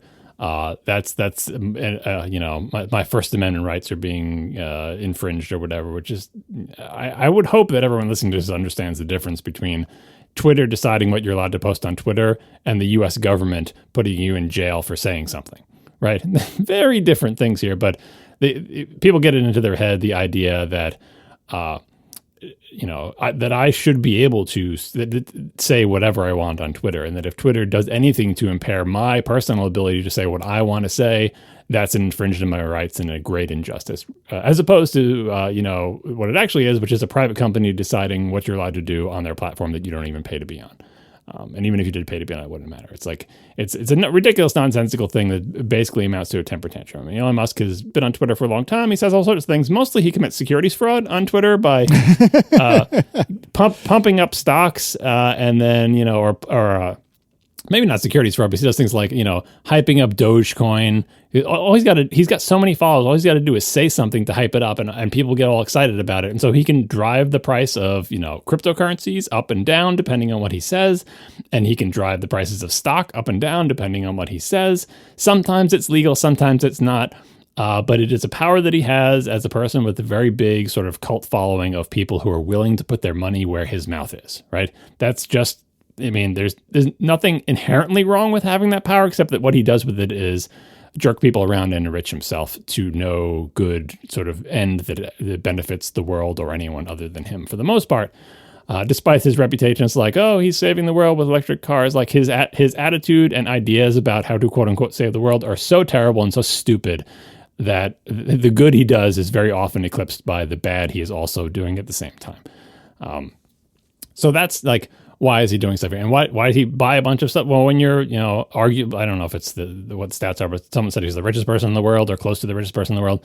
When you're annoyed that Twitter is not letting you say what you want, which by the way, I don't know why he's annoyed. He's not like he's getting banned from Twitter or Twitter stopping him from saying stuff, but whatever. He's cranky about something. Maybe he's cranky that people respond to him and say mean things and he's not allowed to ban them from Twitter.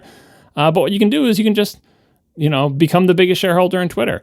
And of course, you can make a bunch of money at the same time if you don't tell people you're buying stock and you just say a bunch of stuff about Twitter, and then the stock price goes up after you. Oh, and by the way, I'm a big shareholder now, so you made me a lot of money. Whatever. He's just, who cares? He got so much money, it doesn't even matter. He's doing stupid stuff, right?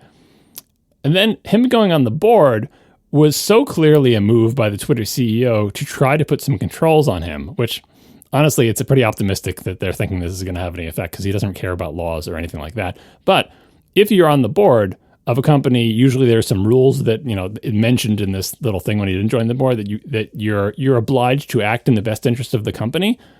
And Elon Musk would never do that. He would never want to be constrained to act in the best interest of Twitter. He doesn't give a damn about Twitter. He gives a damn about himself. So he would never join the board under the constraint that he has to do what's best for the company. He wants to do whatever the heck he wants. So I didn't understand why he was ever going to be on the board. And now apparently he isn't, because either he never had an intention to be on the board, or he found out and someone told him, if you're on the board, in theory, you're supposed to do things that are in the best interest of the company. He's like, oh, well, screw that. I don't want to do that. I have complete control of Twitter now anyway, because the stock price went up a bunch when he bought all those shares. Everybody who's a shareholder and the whole board on Twitter is like, great, we're all richer now. But all he's got to do is tweet, Twitter sucks. Never mind, I'm out. And their price will go down, right? And so now everyone is addicted to the price hike, the artificial price hike that he has gained by just, saying, hey, Twitter's great. And they're sort of beholden to him.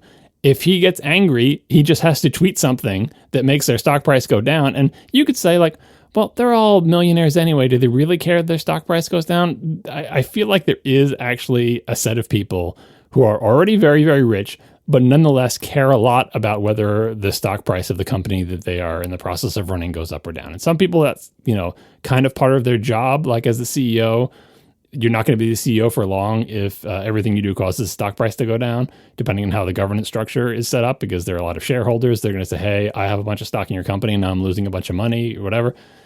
I get it. But the power that he has, which is based on nothing more than his, I don't want to say nothing more than his popularity, which is, nothing to sneeze at or whatever. He's got that power whether he's on the board or not. So he declined to be on the board. And now he's being sued. And it's like, anytime I see something like this happening, like I lose so much faith in the legal system. I'm glad that some shareholder, presumably some rich shareholder, has taken it upon themselves to contribute some of their millions of dollars to track this down. But like if you know anything about the United States, it is very rare that a rich person faces consequences for anything ever, right? Almost no matter what they do, no matter what crimes they commit, it is so rare to see someone actually face consequences for, breaking some law having to do with security or finance or, it's just, it used to be that at the very least, like the big rich people would designate some smaller rich person as a fall guy, right? Sort of, I don't want to give spoilers for a TV show that Marco hasn't seen, but sort of like a popular TV show where it's assumed they're going to find someone who's going to take the fall so that the, more important, quote unquote, white collar criminals can get away with it. But nowadays it's like, we don't even need to do that. We can just, it'll be fine. Like, our banks are too big to fail and we can pay for the best lawyers and we'll just wait this out. And eventually some criminal will be president of the United States and they'll dismiss all charges and we'll all be fine. And so I don't have any faith that this lawsuit will go anywhere. And I don't have any faith that anything can constrain what he does, because in the end, he's got a lot of money and he's got a bad attitude and he's got bad ideas about everything. And he is just like a sort of spiky billiard ball just bouncing around in the United States, just destroying everything in his path, making a mess, generally being a jerk with no rhyme or reason of other than to do things that he thinks are cool, make himself more money, amass more power. And I kind of feel bad for Twitter because they're stuck with this guy who is like taken an interest in them and decided to use their platform. And now by merely, tweeting and spending, a few million, billion or whatever it is of his own money, he's the biggest shareholder in the company. And they're all beholden to him because he made the stock price go up and he can also make it go back down. And boy, this is just not good for Twitter. And why do I care about this? Because I like Twitter. I use Twitter every day. I get a lot of value from Twitter. It's certainly got problems. But I feel like the changes over the past several years of Twitter have been starting to go in a better direction in terms of content moderation. They still have a long way to go, but from what I've heard from everyone on the inside, like there are people inside Twitter who want to make things better, and they have made some moves in that direction. Elon Musk doesn't care about any of that. To the extent that he has any influence and control over Twitter, all of his influence is going to be to counteract all the things that I want to happen on Twitter. And disclosure, I'm not a Twitter shareholder. I have no stock. I don't, know anybody at Twitter. Like, this is just me as a user of their product that I enjoy. I don't want him to be involved in any way. And related to that, I'll put this link in the show notes to this New Yorker story. It's called Paul Singer, Doomsday Investor. Oh, this is a good one.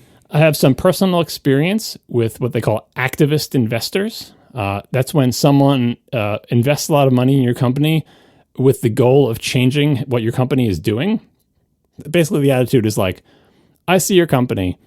Whoever's running it now is doing a crap job. I feel like if I could tell everybody what to do, your company would become a lot more valuable. So I'm going to invest a whole bunch of money And so I will own some large percentage of your stock, which will give me some amount of power, because once I own a larger percentage of your stock, if I suddenly sell it all, your stock price will go down, and everyone who owns stock is going to lose a lot of money if I do that. So once I do that, you better start listening to me. And so I'm an activist investor. I'm going to come in and I'm going to say, look, here's how you can make money. Those people tend not to have a good reputation. This particular story is about one guy who's got a really bad reputation, the Paul Singer guy, because he comes into your company and he says, you could be making more money, and here's how you do it.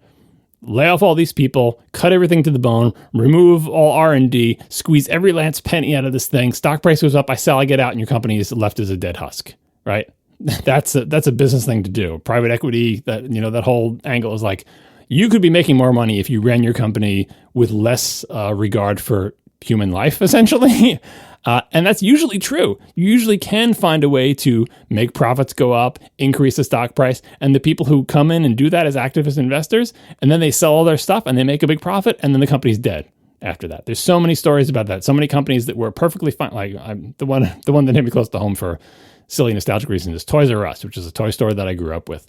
Private equity came into that one, said, you could be making a lot more money, Toys R Us, and they just wrung every cent out of that company and then left it and then just crumbled to dust after they made their money. It's not quite the same thing as activist investors, but it's a similar type of attitude of like, I've got a lot of money. That money gives me power. I can use that power to make even more money from your company, which I don't give a damn about. And once I've made money, I'm going to leave and I don't care what happens to you. And so I hope that doesn't happen to Twitter. But when I see Elon Musk coming in and doing that, I have bad flashbacks to activist investors of the type of like Paul Singer and the Toys R Us folks. That just gives me bad vibes. I hope it never happens to Twitter. In the end, the best thing that could happen to Twitter is Elon Musk says, Twitter's filled with a bunch of bozos. I'm out, sells all his stock. Twitter stock price goes down. Everyone is sad, but then it rebounds in 3 years and we can just forget about him. What a troll, though. What an absolute troll he is. All right. Let's cheer each other up. Let's do some Ask ATP. Marco, the M1 was based on the A14 core, both from late 2020. For the past year, it seems like everyone has been assuming the M2 would be based on the A15. Instead, how likely do you think it is that the M2 will come out this fall close to the A16 and be based on its core? I think at this point, that's becoming fairly likely. The only reason that we all thought the M2 would be based on the A15 is that the original M2 rumors were supposed to be for products coming out this spring. Namely, I believe the MacBook Air was supposed to be the first one, according to the rumor mill. And we kind of knew, like, well, it's unlikely the A16 cores would be shipped this spring. They probably are doing them in the fall for the iPhone, and then maybe a little while later for the M2. So I think it's either option wouldn't surprise me at this point, unless we do have to wait until October for the first M2 based product. Then, if it's based on the A15, it will seem old. Even though, I'm sure if you look at the scale of the number of cores that are in the Mac chips and how they're configured and what kind of I/O and how they're clocked and everything, usually they're pretty performant even if it's based on a quote old core. Look at the M1 Max and Ultra compared now that we have that are based on a core that came out a year and a half ago or whatever. So it'll probably be the A16 if we actually are waiting until fall for the first ones. But we still how the M series chips get updated over time is still a huge unknown. And until Apple has a few years of updates out there on the market for us to extrapolate from and make predictions on, it's really hard to really say for sure. Yeah, I think that if I were to wager a guess based mostly on my gut, I think it will be the 15. I don't think it'll be the 16. I think, Apple's still getting their feet under them and learning to jog and then run. I absolutely think there will come a time that the M whatever is based on the equivalent, also brand new A whatever. But I don't think this year is the year. I think it'll be an A15 this year and probably for the next year or two after. And then sometime around, what are we on, the M4 or 5, then I think it will be, happening concurrently with the A series chips. But John, what do you think? Yeah, in addition to having no historical precedent for how they're going to do this, the supply chain stuff is absolutely screwing this up. It's already screwing up a lot of the shipping of products that Apple is making because of the COVID-related shutdowns of factories in China. And it is possibly, we discussed in the past shows like how the iPhone 14 was going to still have the A15 and only the 14 Pro would have the A16. That could also be supply chain related. It's hard to tell because supply chain stuff is not always about your most fancy expensive part. Sometimes it's just about the some little capacitor or resistor or a set of screws or whatever. Like it doesn't matter what the part is. If it's getting in the way of you making completed products, it kind of throws a monkey wrench into the whole works, right? So I think that is also a factor in what are the next M chips to be. The latest rumor is, one of the latest set of rumors, and again, these are still kind of far out, was that the new MacBook Air wouldn't even have an M2 in it. It would come out either in the fall or even next year, and it would come with an M1. And that tells me that whatever the roadmap previously was to try to update the M series chips may be pushed out. And it's not great when that happens, but honestly, a redesigned MacBook Air still with an M1 in it is not a terrible machine, because it's not like the MacBook Air, the current MacBook Air with the M1, people are saying, well, by next year, that's going to be dog slow. No, it'll still be great. It's fine.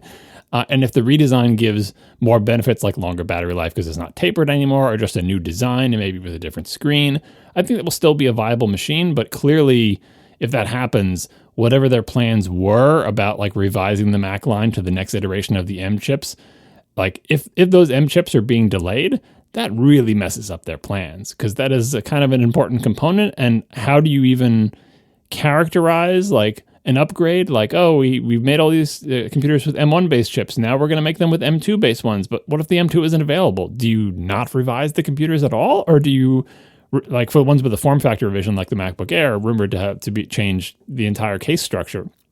Do you still launch that, but just with the different insides in it? Or do you just delay it? So like, I think if things keep getting delayed, if like they're delayed into next year, it may be time for to be A16 based. But like if that wasn't originally their plan, which it seems like it probably wasn't, it's not like they can turn that around and say, oh, never mind, even though we totally planned to make all these M2 things based on the A15 cores, it's so late now that the A16 has been out for 6 months, so we should make them A16 based. Like, well, you can't do that. It's years lead time you need to make in a Mac based chip with A16 based cores in it. And that's not how we're doing things. So it's so hard to predict, but I found, no matter how late it is, I think it'll still probably be A15 based, unless the plan from day one was for it to be A16 based. Like, because again, we don't know what their plan was. If the plan was M1's going to be A14, then we're going to skip the A15 and then it's going to be A16, that will still be the plan, and they'll do that. But if the plan was for the 15, it's still for the 15. You can't change that now. And even if it comes out next year, it's still going to be A15 based M2 if that was the plan from the beginning, just because the lead times in these things are so long. Quick aside, I've been hearing about the issues in China with regard to COVID and, factories being shut down and whatnot. If I were to replace my exact setup right now, so I would replace my 14-inch MacBook Pro. I would look at my MacBook Pro and my Studio display. My MacBook Pro will come in at the local Apple Store on Thursday, June 16th. So after, what is that, like a week and a half after WWDC or a week after WWDC? And the Studio display comes in Monday, June 27th. So by the end of June, I can have my setup back if I were to order right now. That is not desirable at all. Yeah, a lot of there was I saw a bunch of tweets about this and about how many different manufacturers Apple has making various products. And I think what I saw was that the MacBook Pros are only made by one manufacturer. So if they get shut down, like that's it. There's, you have to wait for them to start back up again. Whereas some other products are made by multiple. I think actually Apple is, speaking of multiple manufacturers, I think they're actually making some of their iPhones in India now. And even if the ones in China that are making that get shut down, at least you get some supply. But yeah, the MacBook Pros, I think it's just one manufacturer. And if they get stopped, you just have to wait. All right. Uncle Apple. Oh, by the way, that was Darren Kelkoff. I don't think I mentioned that. Uncle Apple writes, can Marco describe his setup for streaming for Team Arment? If I remember correctly, you said you each play on gaming laptops and are streaming from an M1 MacBook Pro. How are you getting 6 video feeds onto one stream? Maybe Elgato capture cards and OBS? So, in short, yes. That is exactly what I'm doing. So I think have I talked about it before? I don't remember. I think you did very briefly and with a little bit of hand waving going on because we weren't trying to get into the weeds at that point. Yeah. So what I have, we have 3 gaming PCs being captured over HDMI. Each one runs into an Elgato HD6DS Plus. which is one of these little gamer capture devices, and those all output to USB into mostly into a CalDigit TS3 Plus Thunderbolt dock, because it has a whole bunch of USB ports, some C, some A. I also, each computer, because I wanted the output of the computer's webcam to be included, like using the built-in one, I didn't initially know of a way to do that, and so we just got some cheap Logitech webcams. The C, whatever Logitech webcam is, like $50 that everyone recommends. We got a few of those, one on top of each computer, and then those are also wired via USB into the TS3 Plus, and all of that then runs over Thunderbolt into the MacBook Pro. And yes, OBS is indeed the software running all of this. That being said, this setup is finicky and unreliable, and I am not super happy with it, and I'm looking to potentially maybe change some things up about it if we're going to do this, if we're going to keep doing this longer. We actually just had like a little bit of a family meeting the other night at dinner. We're like, all right, something is flaking out about the capture. It's one of the Elgatos, I believe, is flaking out. And I'm like, all right, do we as a family, are we happy doing the streaming? Are we going to keep doing more of it? Because if we're going to keep doing more of it, I might want to get more reliable hardware to capture it. But if we're kind of petering out and we're almost done with it, maybe we'll just, keep what we have and, use it till we get bored and move on to something else. And the family decided we're going to keep doing it for a while. So I learned in the intervening time. So first of all, just quick aside, the parts that are unreliable seem to be those Elgato HD60S Plus capture dongles. When you have consumer grade hardware, a lot of times when people look at the cost of pro AV hardware, which is pro hardware in general, whatever it is, pro hardware oftentimes is significantly more expensive than consumer grade hardware that allegedly does, quote, the same thing. Now, in practice, usually it's not the same thing. Usually the pro hardware has additional features or needs that cater more to pros. But a lot of what you pay for with pro hardware it's just more reliable usually. Again, not always, there are exceptions, but usually it is significantly more reliable, or it works better in more circumstances, or it has more tolerances so that things are less likely to break after a year or whatever. And so that's the kind of thing you pay for with pro hardware. And what I'm capturing with here, Elgato is a fine company. The hardware, it works most of the time, but it's really consumer grade. Like most consumer grade hardware, it seems to work just barely. And so, I already had to solve one problem. I wasn't sure if it was a bandwidth issue with the CalDigit TS3 Plus hub or what, but I already had, one of them, for whatever reason, would just never work reliably through the hub, so I had to then use up one of my precious onboard laptop USB-C ports.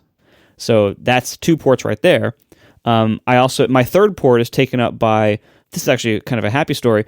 It turns out if you want a monitor, like a portable monitor in the 12 to 15 inch range, there's a million of them out there, and they're really inexpensive. They're like $200 or less.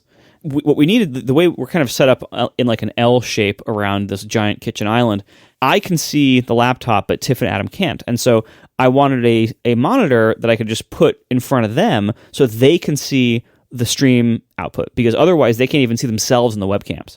So by them seeing this, they're able to see all 3 of our screens and themselves in the webcam to keep themselves in frame and stuff like that. So I needed a screen. I first used an iPad for that, using whatever the iPad screen mirroring thing is called, and that was both a pain to set up, because every time, literally every single time we were streaming, I had to go into display settings, click on add the display, and wait for it to turn on, and that would work about 90% of the time. And that's not good enough. And so eventually I'm like, this is stupid. So I just got this external display.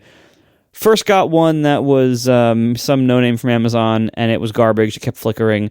Eventually returned that one and got one from Lenovo. It's this wonderful little folding Lenovo, I think it's about 14 inches. And it was, again, $200, and it's pretty good. None of these are good Retina or anything, but for the purpose of an external monitor for showing something to somebody, it's fine.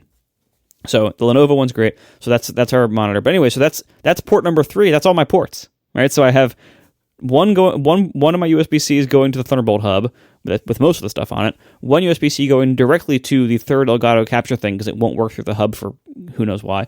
And then the third USB-C going to this monitor, and then that's it. Now I'm full. Now, this setup, I I am not super happy with, as I mentioned, because it is still not 100% reliable. It works most of the time, but it's still not 100% reliable. And so I'm looking into alternatives. I haven't had time to do many of them yet. One thing that I didn't know about when I first set this up, but I'm now experimenting with, is this protocol called NDI. This is a thing that is basically a network-based video transmitting protocol. And you can set up NDI on the PCs and on the Mac.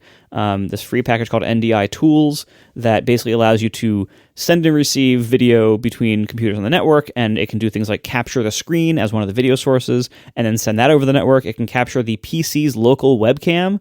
It's built into their screen lids and send that over the network. And so I'm trying to see if I can use NDI to potentially replace some or all of this capture setup.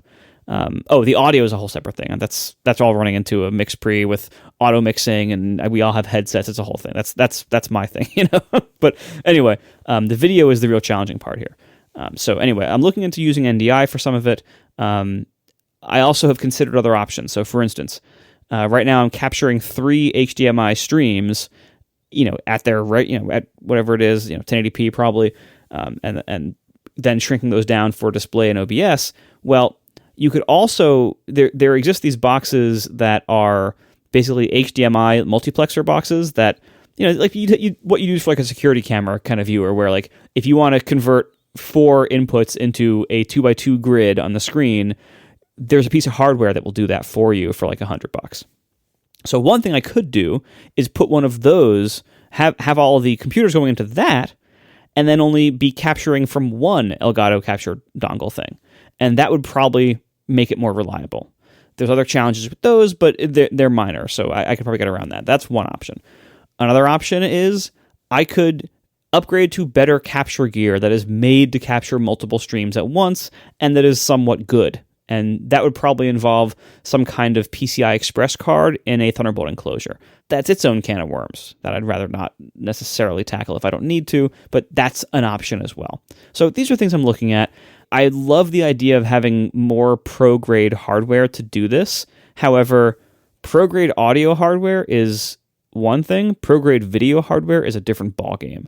Pro-grade video hardware is first of all, thousands of dollars. Like, it's significantly more expensive, and it's usually significantly bigger, and possibly requires like super weird software, and so that's kind of a whole can of worms. I would hopefully not need to get into, but we'll see. I mean, the other thing I could do is just, you know, buy like 2 extra Elgato HD capture cards, and just when one gets flaky, just swap it out. But I would hate that option for like moral reasons. I don't like the idea of buying more of this thing that is flaky.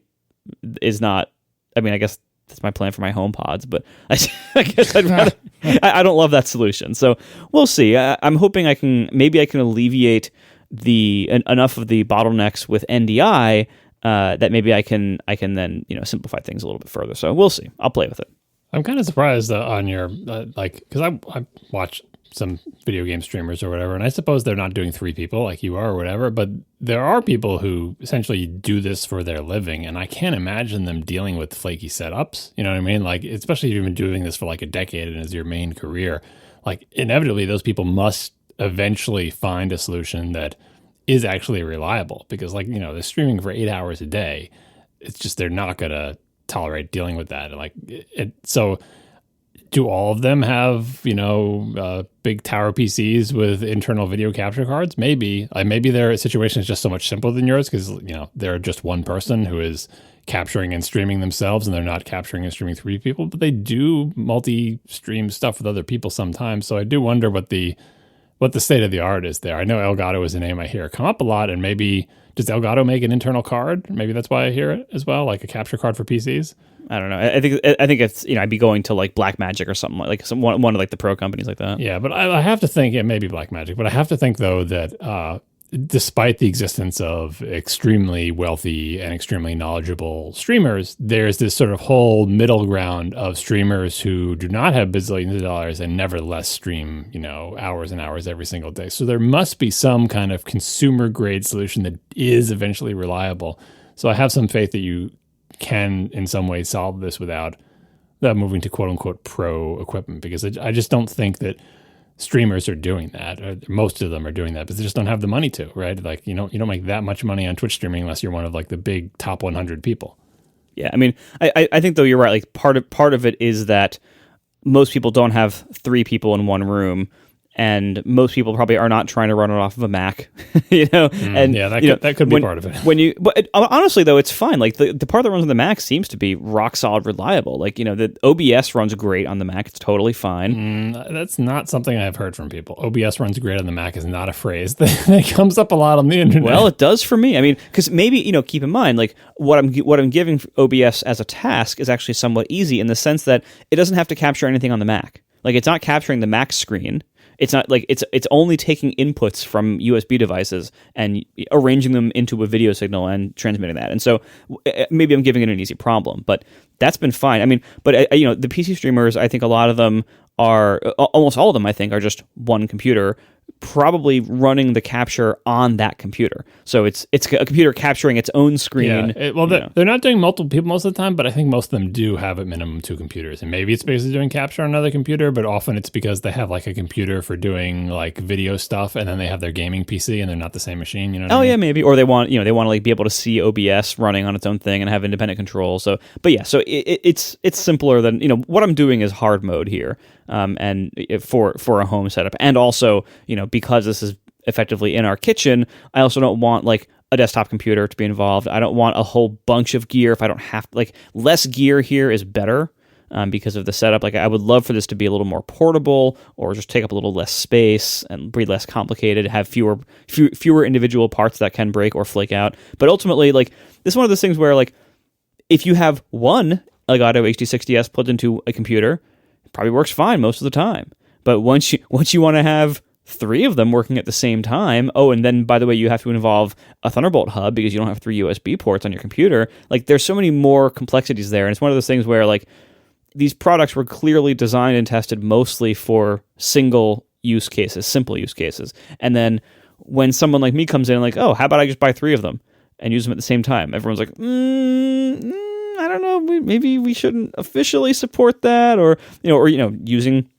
Again, going to CalDigit, like I'm literally filling almost every port on the hub. I think I have 1 port free. Like I'm plugged, like because I have 3 Elgato capture devices and 3 webcams and a USB interface for the audio, all plugged into one. Or I guess one is not plugged into it because it's anyway. It's a lot going through these devices. Now these devices are all officially they all support this. On the marketing pages for the CalDigit, you see things like with every port full, they have all these ports. They probably expect you to use them, right? But it's one of these things where if you actually use the full capacity of some of these things, it doesn't always work the way you think, or it often has some kind of flaw. Certain things will be like possible bandwidth limitations. Like I found when I was setting this up that where things were plugged in on the CalDigit mattered. Now, the CalDigit, it's actually helpful. It tells you, it's labeled right on the ports. Like, it'll say, like, 5 gigabits, and it'll have, like, a little bracket showing you, like, all right, these 2 ports share 5 gigabits of bandwidth, right? So it's actually good. So I spread out, like, the high bandwidth capture cards kind of, like, on their own, like, sections of the hub, so they wouldn't all be on the same one to, try to help that problem. But it's still kind of finicky, and that makes me nervous, and I hate dealing with it when it breaks. And so I should probably switch to something that is a little bit more pro in some area. But what that means and whether I can stomach whatever trade-offs it'll require, that's another story. I mean, I think it means you get a Tower PC to be your capture device, and you buy one of those capture cards that goes in PC, and you do everything in Windows. I mean, that could be the answer. Like, maybe. I don't know. I'd rather that not be the answer, but maybe that is the answer. Who knows? I hope not. Simon Edgesing writes, considering the probably huge amounts that Apple has invested into mini LED tech, is it really feasible for them to replace it with OLED in laptops and iMacs in the coming years, as rumors seem to suggest? I'm going to leave this to our display expert, Mr. John Siracusa. I'm not sure how much Apple has invested in mini LED tech, because Apple wasn't at the forefront of that, and it's not like they invented the technology. Very often Apple will pay for some of the R&D, or pay for the factories, or pay for the tooling, or pay someone to develop a product to their specifications. Like, they will contribute money towards this for other companies to make tech for them.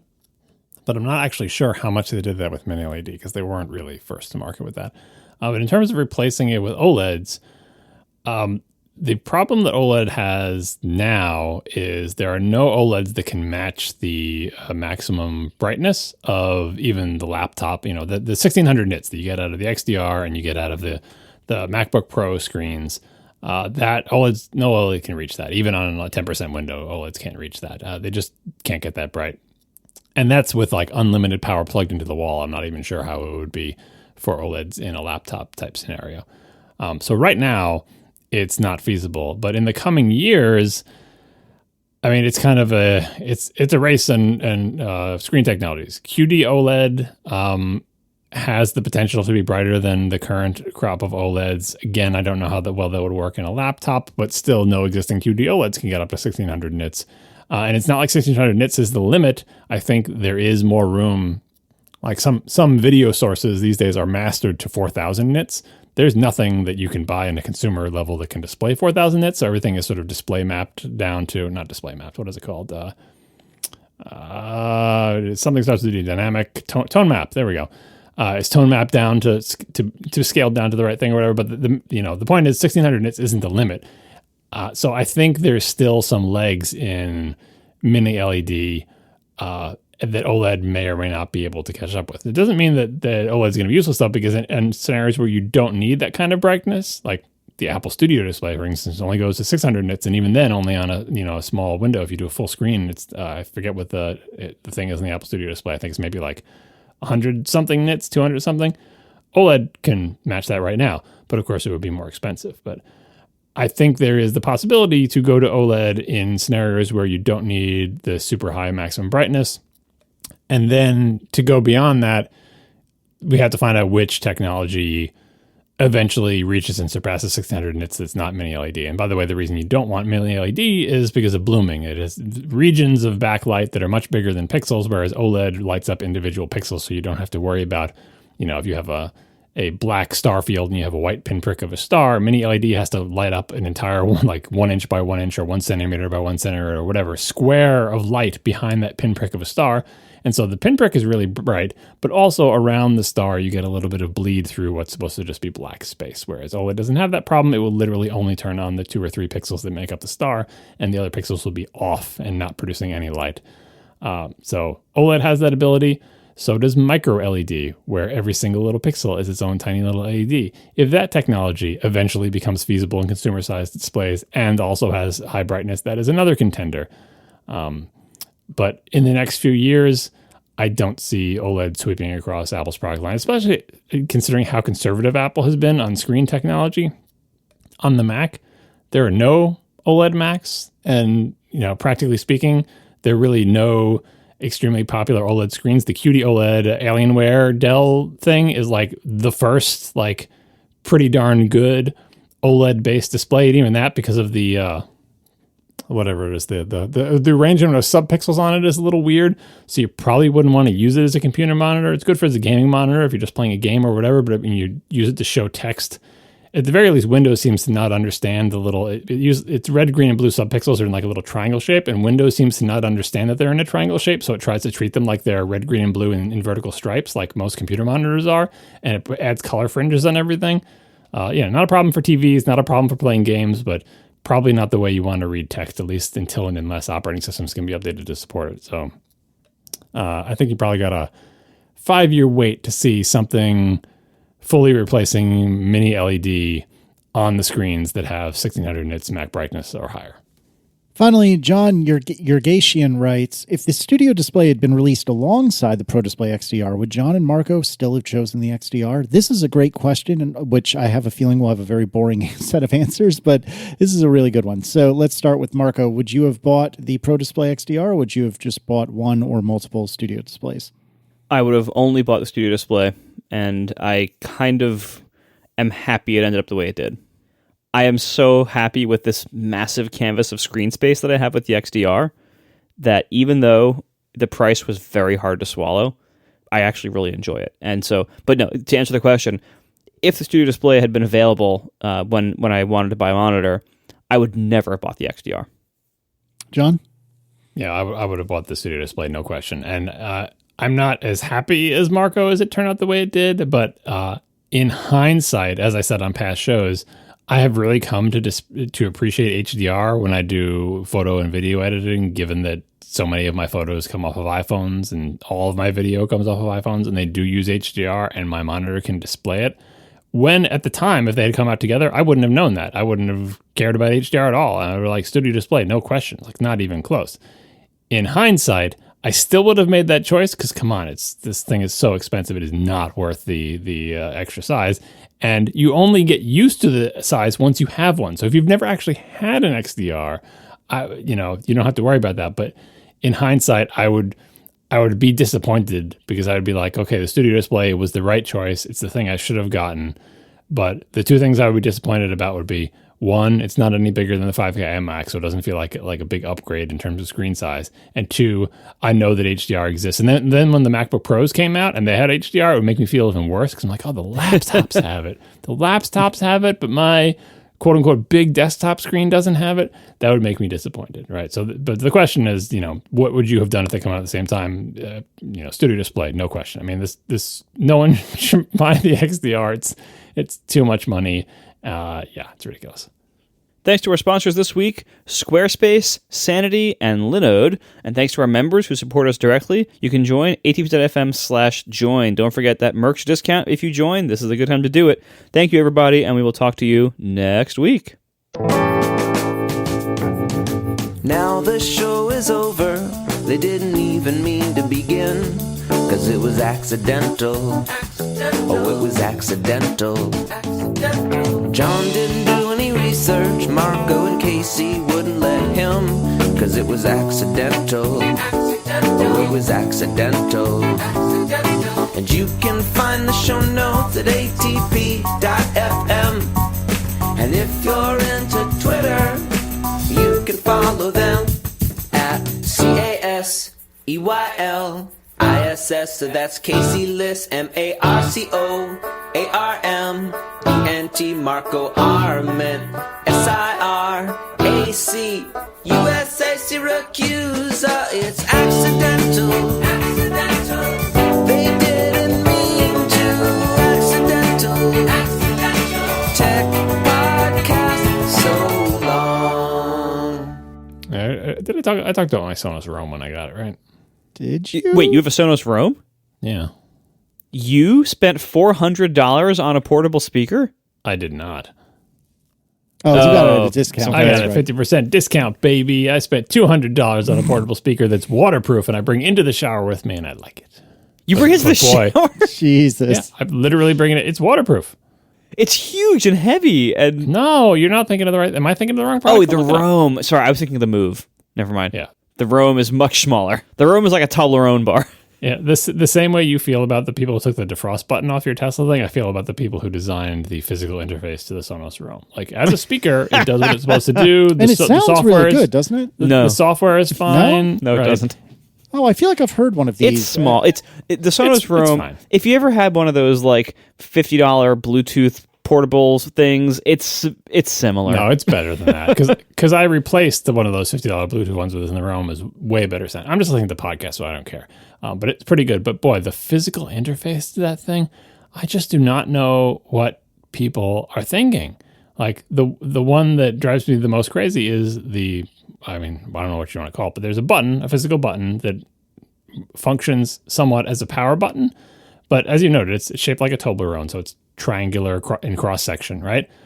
And it's a long, thin button that is on the ridge of one of the triangular edges. So right away, it's kind of a pain to press. It's actually kind of hard to press because it's skinny and you have to press it directly, because if you press it on a little bit angle, you're going to rotate the little triangle in your thing. And why would you care about how hard it is to press? Because to turn it off, you have to hold that button for like 10 seconds. You hold it and it makes one tone, then it makes a second tone, and then it makes a third tone. And I accelerated that to be like 3x, even without smart speed. Oh my God. I swear it's like 5 seconds between.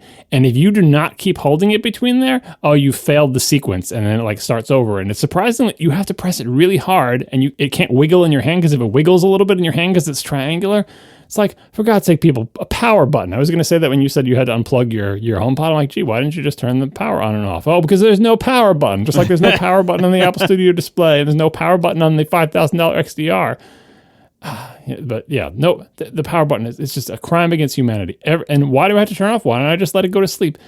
Because the functionality that's supposed to make it sleep if you don't use it doesn't work very well. And very often, if you don't actually turn it all the way off, when you come back to it, the battery will be dead because it didn't go to sleep like the settings said it was supposed to. And then the buttons on the other end, it's like, we're going to have buttons on the end and they're going to be rubberized because it's waterproof. And the buttons are like volume up, volume down, play, pause. But instead of having buttons, it is a flat piece of rubber with the tiniest little plus and minus sort of bulging ever so slightly. Like they're so small, like the head of a pin. And the thickness of the rubber that's poking up is so small. Like you can't see them and you can kind of try to feel for them, but both ends of the thing are rubberized. So angry. I just want someone from like Fisher Price or OXO to say, just make buttons. A power button and then buttons that you can press that do the things, not the world's most subtle little like microscopic nanotexture designs to indicate where you might have to press hard down into the rubber thing to make it go, sound up or sound down or play pause. So I don't understand how they fumbled it that badly on this type of product. And it's got a USB-C thing to charge, which is fine. Although even the USB-C one, when you put it down to charge it, the USB-C plug does not come out of the device horizontally. It either goes vertically out, which looks like the Harpoon, mouse, or it comes down at an angle. So you better hope your connector is not too long. Otherwise, the thing's going to be resting on the wire like your kids are using it or something. But the power button, every time I'm sit there holding that power button, I feel like I'm using one of those like 80s things for like grip strength. You're increasing your grip strength. And as I wait and listen. And by the way, sometimes it gets angry because it's doing something else and it doesn't play the right tones and you have to start over again because you lost the power off game. And I just every time I'm doing it, I just think about like computers when they used to have a button that you would flip and it would turn the power off and how great that was.